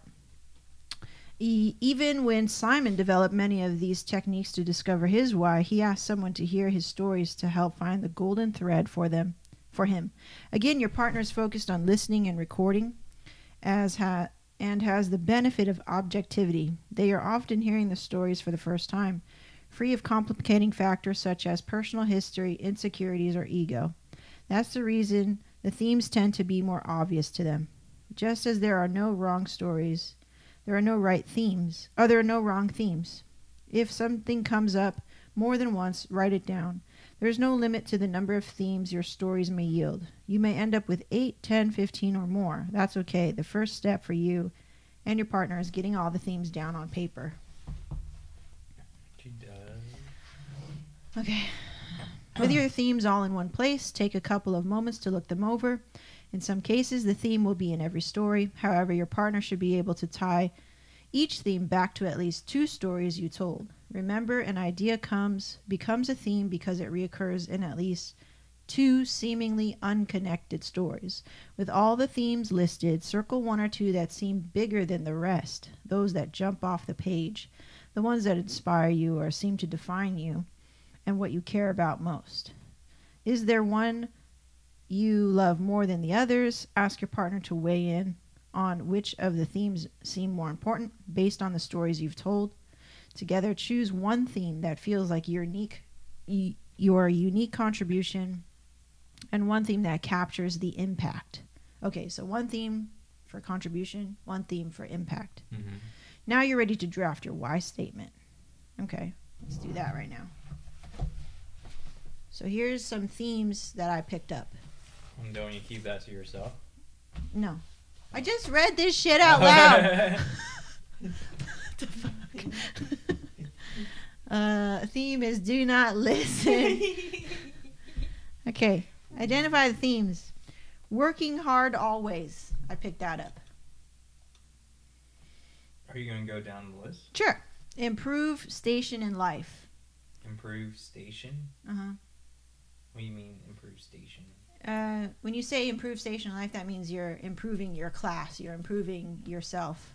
Oh. Okay. Whatever your station is. Station meaning like wherever you're at and you want to improve it. Okay. Another theme I picked up was deserving good things. Okay. You have to deserve it. Mm-hmm. Another theme I picked up was you need to have the proof to move on to the next step. Okay. And that you can't trust anyone to do it but yourself. Okay. Those are the themes I picked up from your stories. And at least twice in all of these stories. Mm-hmm. So those are my themes. So now I'm choosing 2? So now we're going to choose one that contributes to deserve the best. The contribution, and one that has the most impact. Deserve the best is contribution. Deserve the good things. A unique contribution, and one theme that captures the impact. Deserve? Mm-hmm. That's what speaks out to you? Okay. Yeah. And what about impact?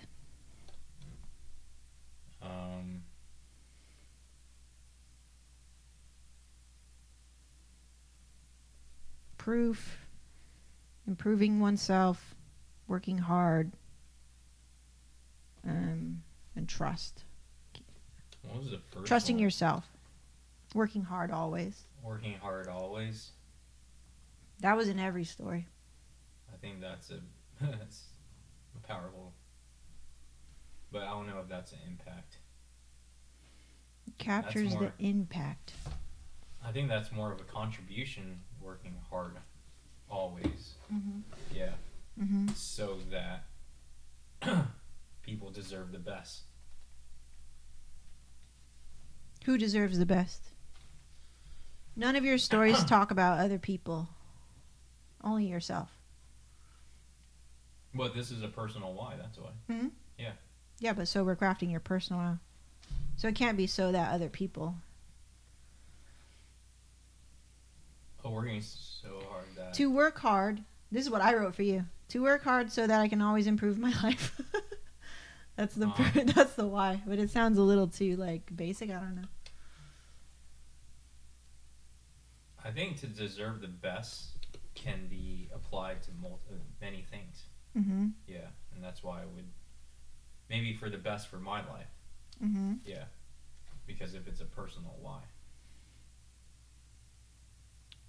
So in return, what's best in shaping yourself, like myself, right? Mm-hmm. It will shape everybody else. I mean, how I appear, being my best self, people will follow in wanting to be their best self as well. Mm-hmm. Yeah. Okay. So you're saying to work hard so that I can always be my best self. Mm-hmm.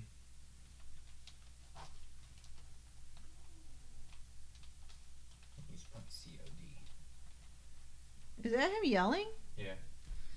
Be my best self. Okay. Mm-hmm. So you're trying to be your best self. That's your why. Try and be, yeah, and I think it is true. I'm trying to be my best version of myself after all of our talks. Yeah. Is like, who am I, right? Yeah. In all these stories. Yeah. I'm trying to find what's my purpose? Yeah. And I think I said that many times. And I was listening to myself. I was like, what is my purpose? Who Yeah. am I? Yeah. Yeah. And just being influenced by working hard, putting in work, Yeah. do your duties. Yep. In return, that you can be the best version that you can be. Mm-hmm. I think that is a clear why. Okay, cool. So, do I need to read this part? We'll just go with it. Okay. I mean, yeah, we'll read it. This is the easiest way to ensure that your statement is simple, actionable, and focused on how you positively affect other people. With your overarching themes in mind and this format in front of you, take a few minutes and write the first draft of your why statement. This is only the first draft, so it may change, huh? Yeah. Okay.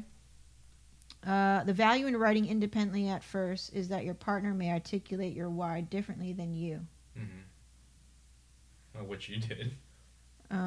Be it the perfect word or a catchy turn of phrase.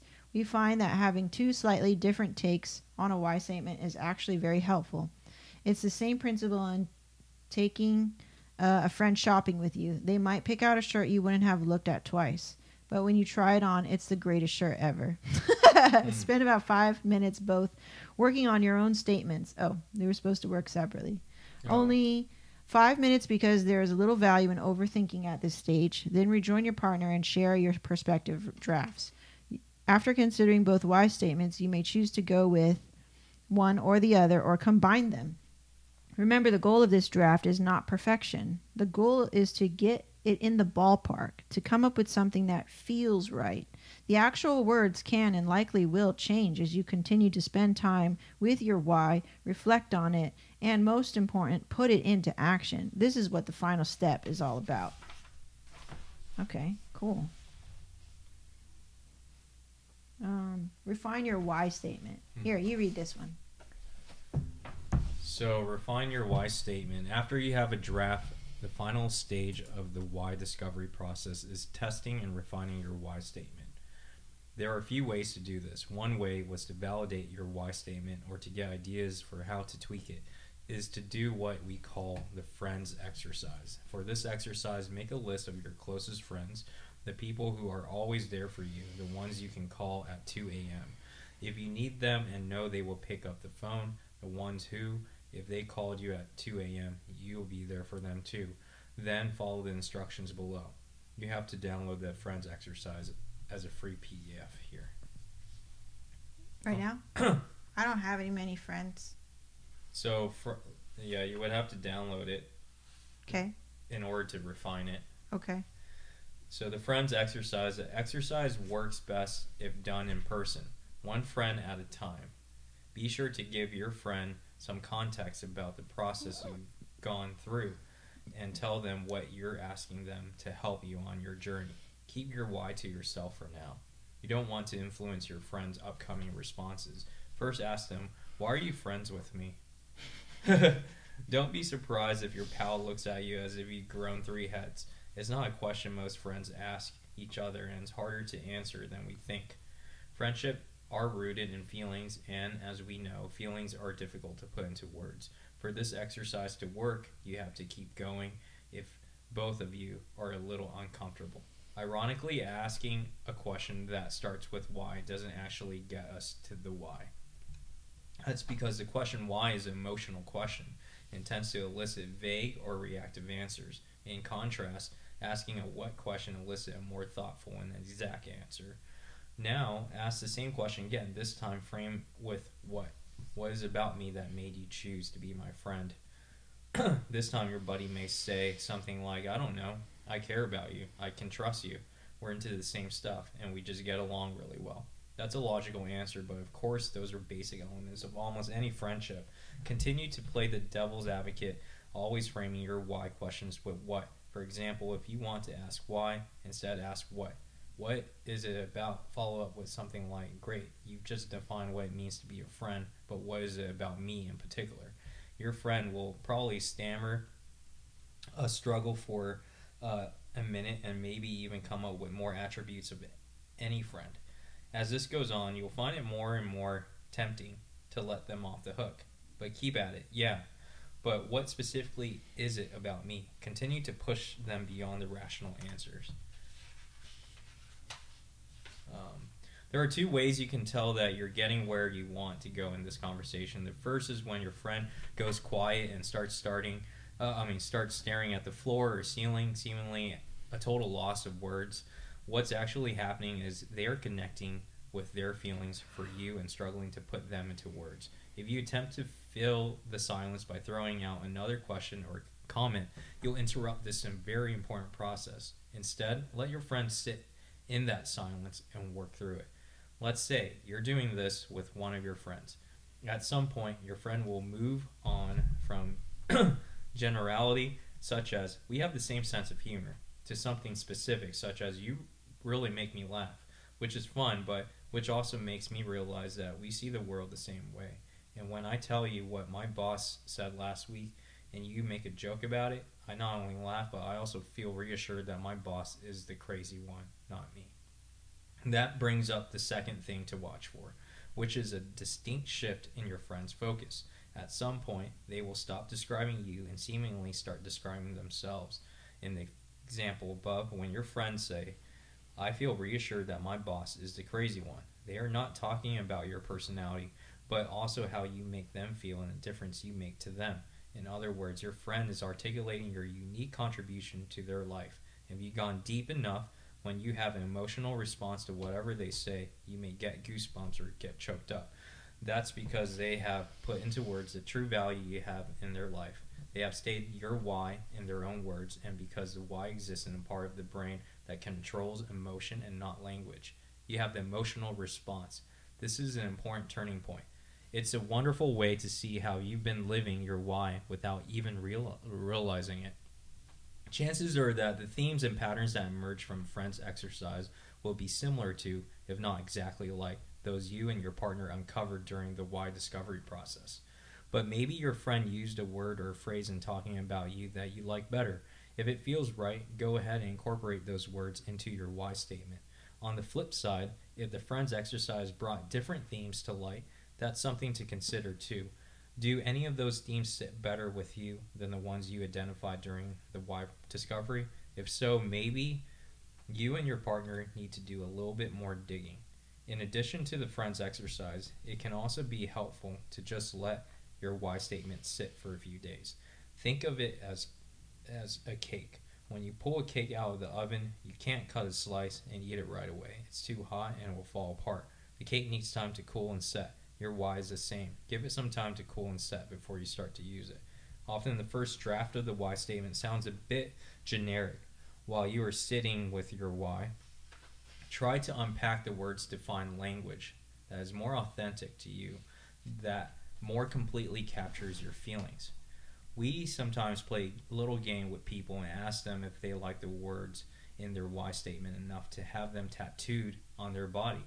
If the answer is no, then you haven't found the words you love and relate to yet. You really want to love the words, especially the words of your contribution. As you revise your why statement, refer back to your stories. This will help ensure that any changes you make won't water down the accuracy of the statement. In the end, the goal of refining your why statement isn't to make it sound better, it's to make it feel better. How much time does it take to hone your why statement? We really can't say because it's different for everyone. Finding the perfect words for your why could take weeks or months. You may go through one iteration or a dozen. That proved true even for members of the Start With Why team. Take David, for example. David's why statement used to read, "To propel positive change so that people can live a more fulfilled life."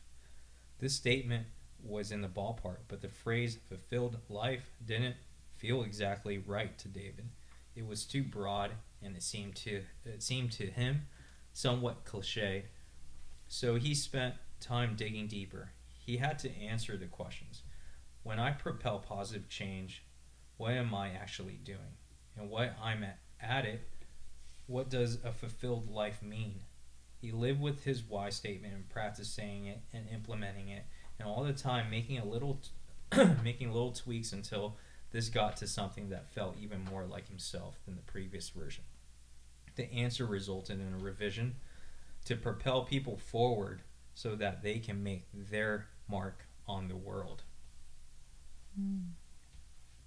What David realized when he thought more deeply about his word choice was that for him to propel people to live a fulfilled life meant helping them to be a little better than they were the day before, so they can have a greater positive impact on others. And that specific definition of fulfillment is spelled out clearly in the second version.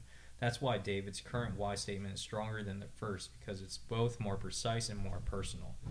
Refining your why might make it more powerful for you, as it did for David, but it won't make it more valid or actionable. The words don't need to be perfect in order for us to begin to put our statement into practice. As former Secretary of State Colin Powell said, "I can make a decision with 30% of the information. Anything more than 80% is too much." In fact, as you live with your why, it will become easier to find perfect words, because you'll be more conscious of your goal and how you're trying to reach it. So take some time to sit with your why statement, but don't sit for too long. The reason to find your why is so that you can act on it. We envision a world where everyone knows their why. Well, we know that reading a book is not the only way, or even the ideal way for some, to discover their why. As we are dedicated to having a golden circle on every desk, we create multiple ways to find your why. Our team conducts live events and workshops, and we have resources available online. Okay. So get to work. You got to dig a little deeper. So this was all of this is for team. Okay. Do that later. Yeah. So definitely to work hard and be my best self is too broad and generic. And I wrote down some things like gotta love the words, got to be authentic, more precise and personal. More precise. Yeah, and you need some drafts of your own. Yeah. Start working and writing down your why. Mm-hmm. And it could take weeks or months. But you have a ballpark, and then you start refining it. Yeah. But it's to contribute something so that, and then you have the impact here. Yeah. So that's how all these themes are kind of. Well, then my first one is what I drafted is what I want to refine. Right. Yeah. So what was my first version? What was it? You should know. To work hard. Mm-hmm. To be the best version of myself. Yep. Right? Yep.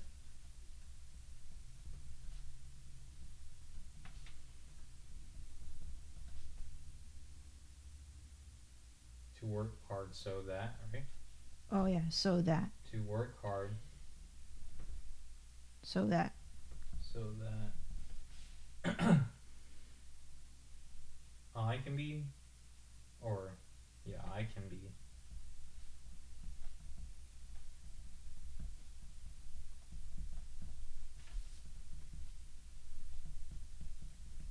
Cool. All right. Do you love these words? I love these words. Would I tattoo it on my skin? On your body? On your forehead? Work hard. Work hard, play hard.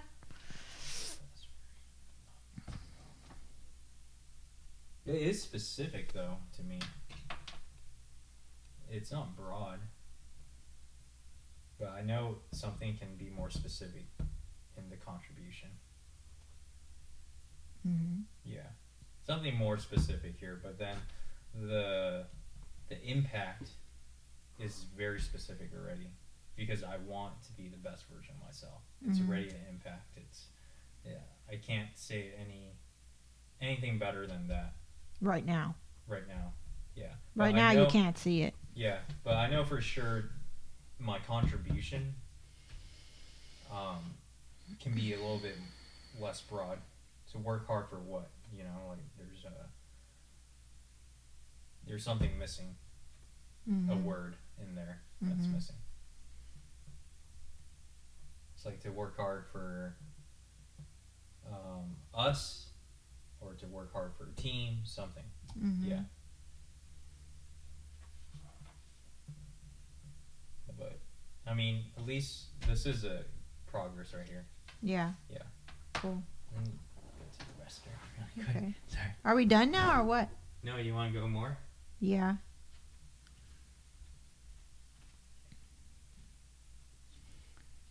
Your impact. Your contribution.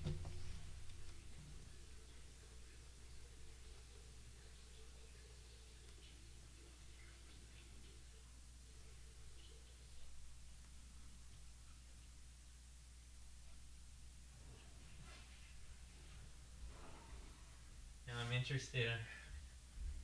I would like to define contribution a little bit more.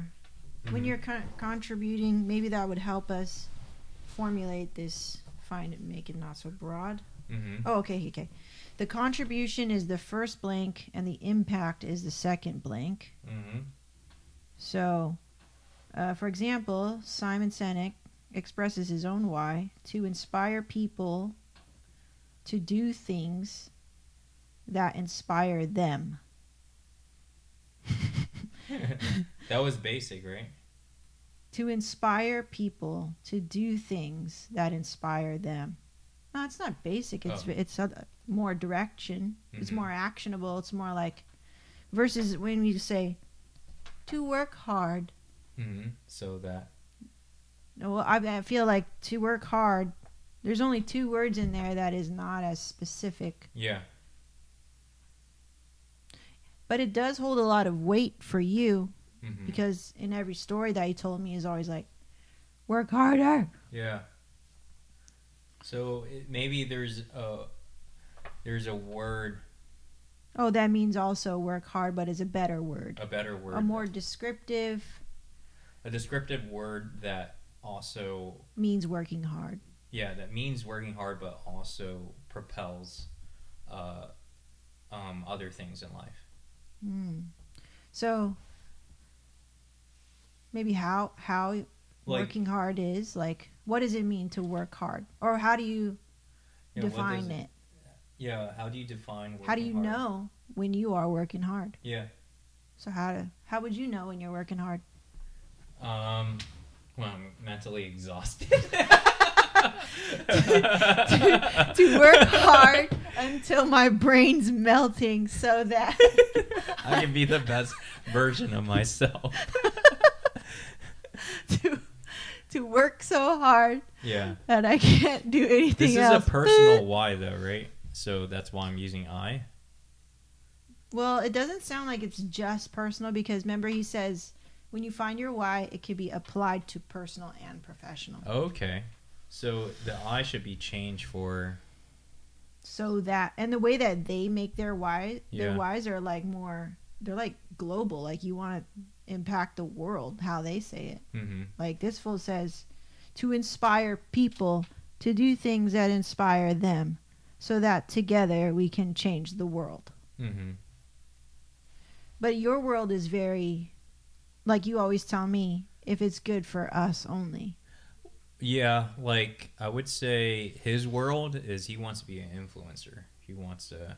That's not our purpose. That's not our purpose. So I guess my why is different. Right. My why is probably... We don't want to just follow somebody's why. Our why is probably that fits our lifestyle. That Smaller scale. Yeah, fits our current life. Okay. With that in mind,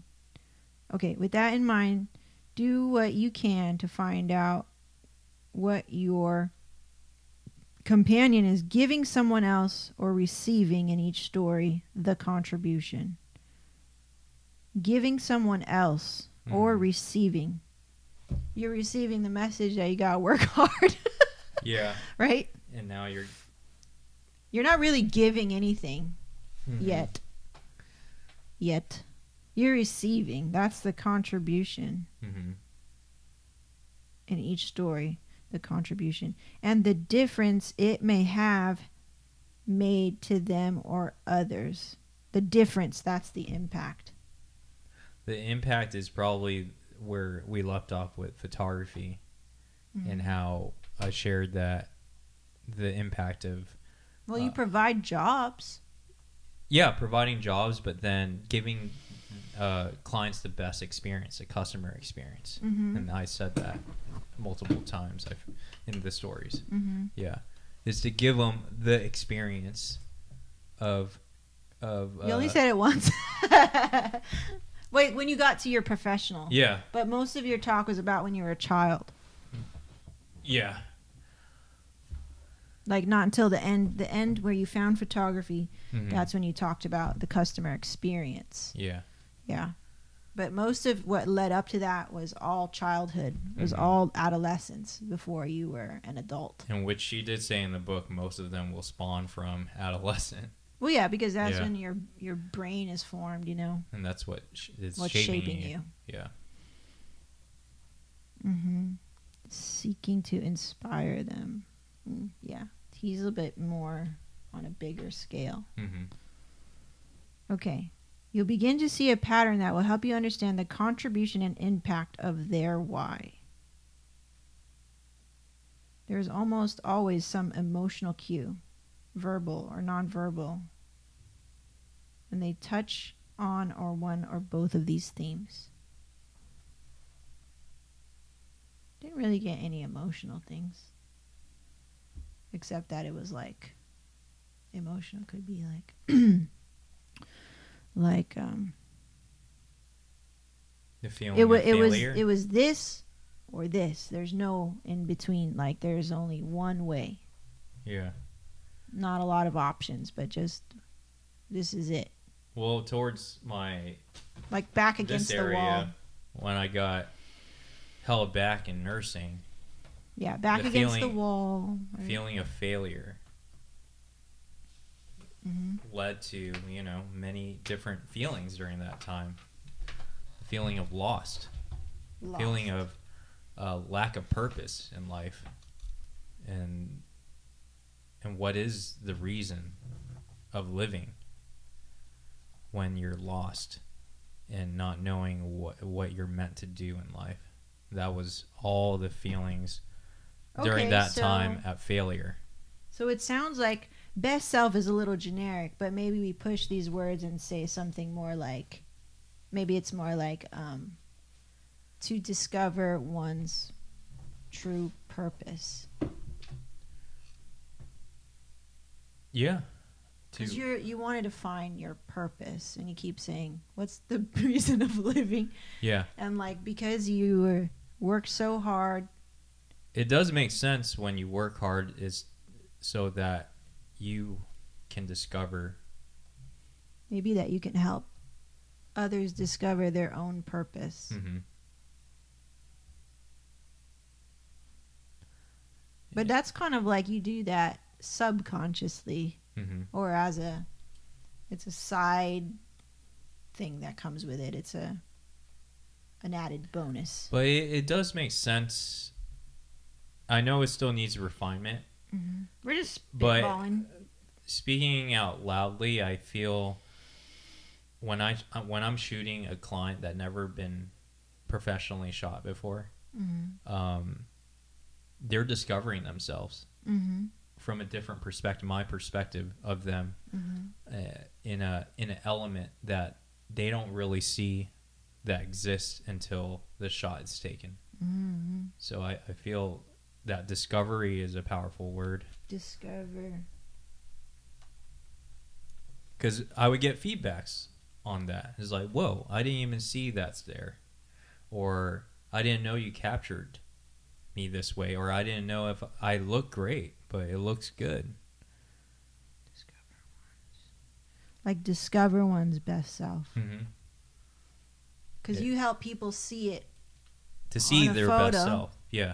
But you're also doing it mentally and... With our team, we work hard. Uh-huh. We make them work hard. Right? Fucking make you work hard, bitch. Well, mentally work hard, right? Yeah. Because we need to find a better word for work hard. I know, but let's just keep on talking about it, but I would say I push John back in the day, right? Mm-hmm, mm-hmm. Because I want him to be successful. I want him to really know what he wanted to do in life. I knew photography wasn't the end of it all for him. I knew there was something else. Because you found, there's more to life than but this. I want the best for my cousin too. Yeah. I want you to find it. But then Yeah. the steps to finding it, this is what we have proven so far and where we've been in photography, right? All I can say is if you can follow us, right, during these times, this is where it's a good basic foundation to life. Mm-hmm. Yeah. Mm-hmm. But then now we reach another level, and Jenna hopped on board. We're teaching her the ropes, like from meetings, how to book a successful meeting. We haven't covered that class yet, but then we want to, Mm-hmm. because we want her to be successful in that. Right. We want her to be able to know how to sell herself, to know who she is as a person, and why. If you know who you are as a person, then you know how to sell yourself. Mm-hmm, mm-hmm. Yeah. If you are true to yourself, you know how to sell yourself. If you are being fake about yourself, then no one will believe your product. And that's why you're not confident in your own work. Mm-hmm. Yeah. So everything that we do, and when we're not just their boss of our team, but we're teaching them life lessons. Yes. And that's what I want to put out, is that, yeah, they are discovering themselves as they either interact with us, work with us, or they're related to us, whatever, Yeah.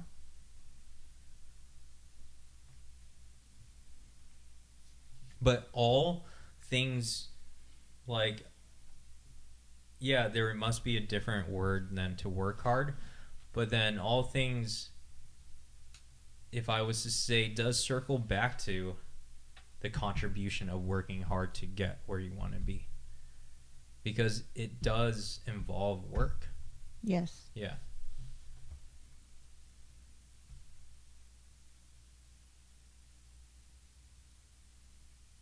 What I about guess, like develop the discipline to work towards your personal goals? Mm-hmm. Or something about value. The word value. Value. Yeah.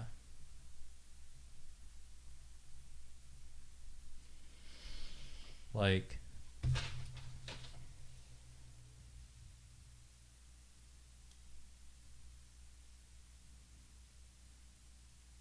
to value oneself so that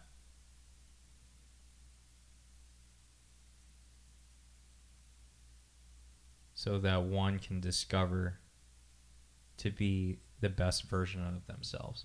Mm-hmm. Yeah.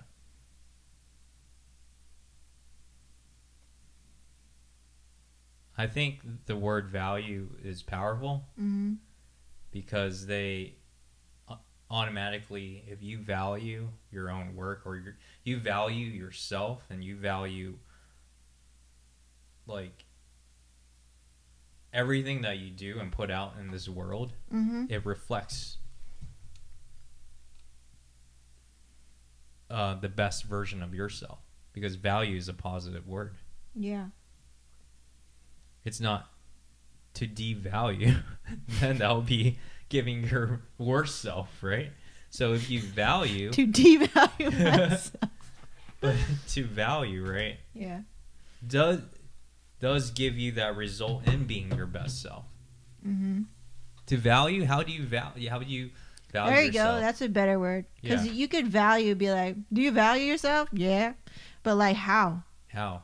How are you going to value yourself? Mm-hmm. Like we were talking about, it has to be the contribution, right? It's like to value. To It's value, it's not really a contribution. or to value the work of oneself. To value one's work. Yeah, to value one's work, so that. But now we have to define what work is. To value one's. It's tough, huh? The work can be anything. One's What is work, right? What Yeah. is one's work? That's the question. Yeah, but one's work can be define something different from human to human. Mm-hmm. So that's why it's too general. So to values one's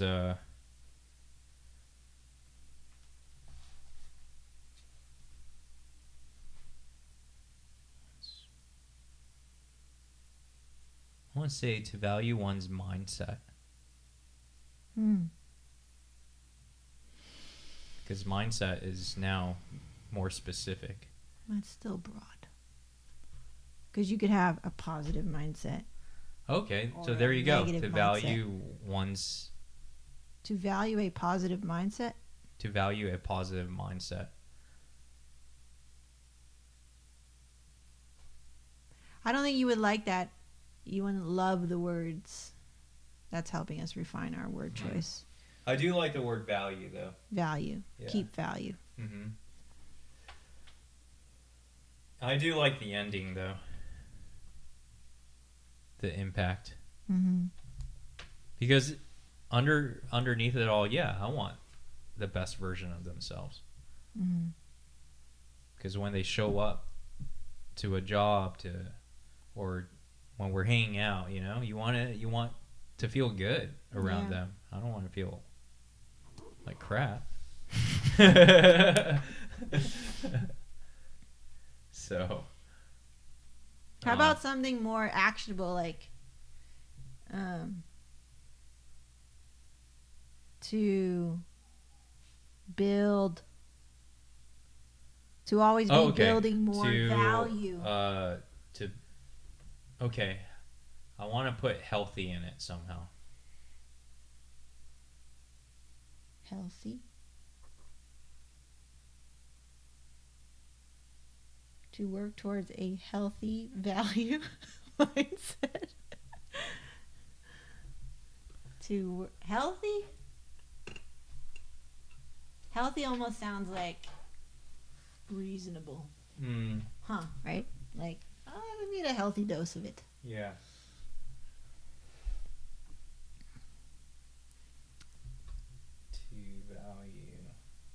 You could put a pin in it right Yeah, now. you gotta put a pin in. You can't just figure it out in a day. Yeah. Rome wasn't built in a day. But that was a good step, though.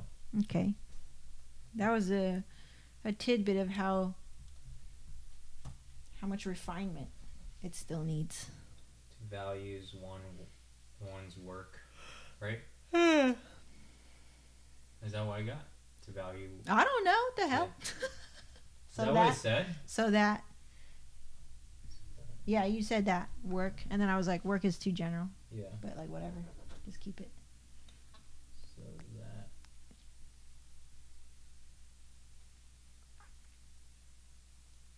So that our peers, because it's within our circle, right?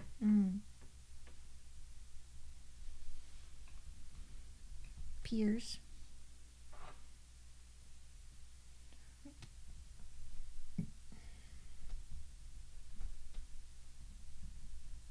Turn why questions into what questions?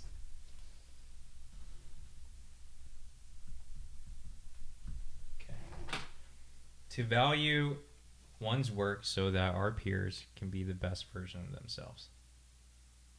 And to refine it, we could turn and be like, what makes somebody a hard worker? Mm-hmm.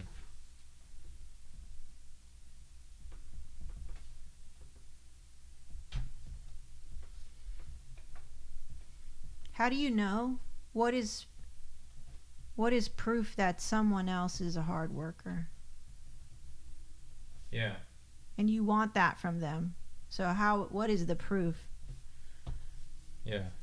And you like proof, but you also have the I think okay, I don't think, but proof to me is results. Yeah. To work towards real results? To value one's results.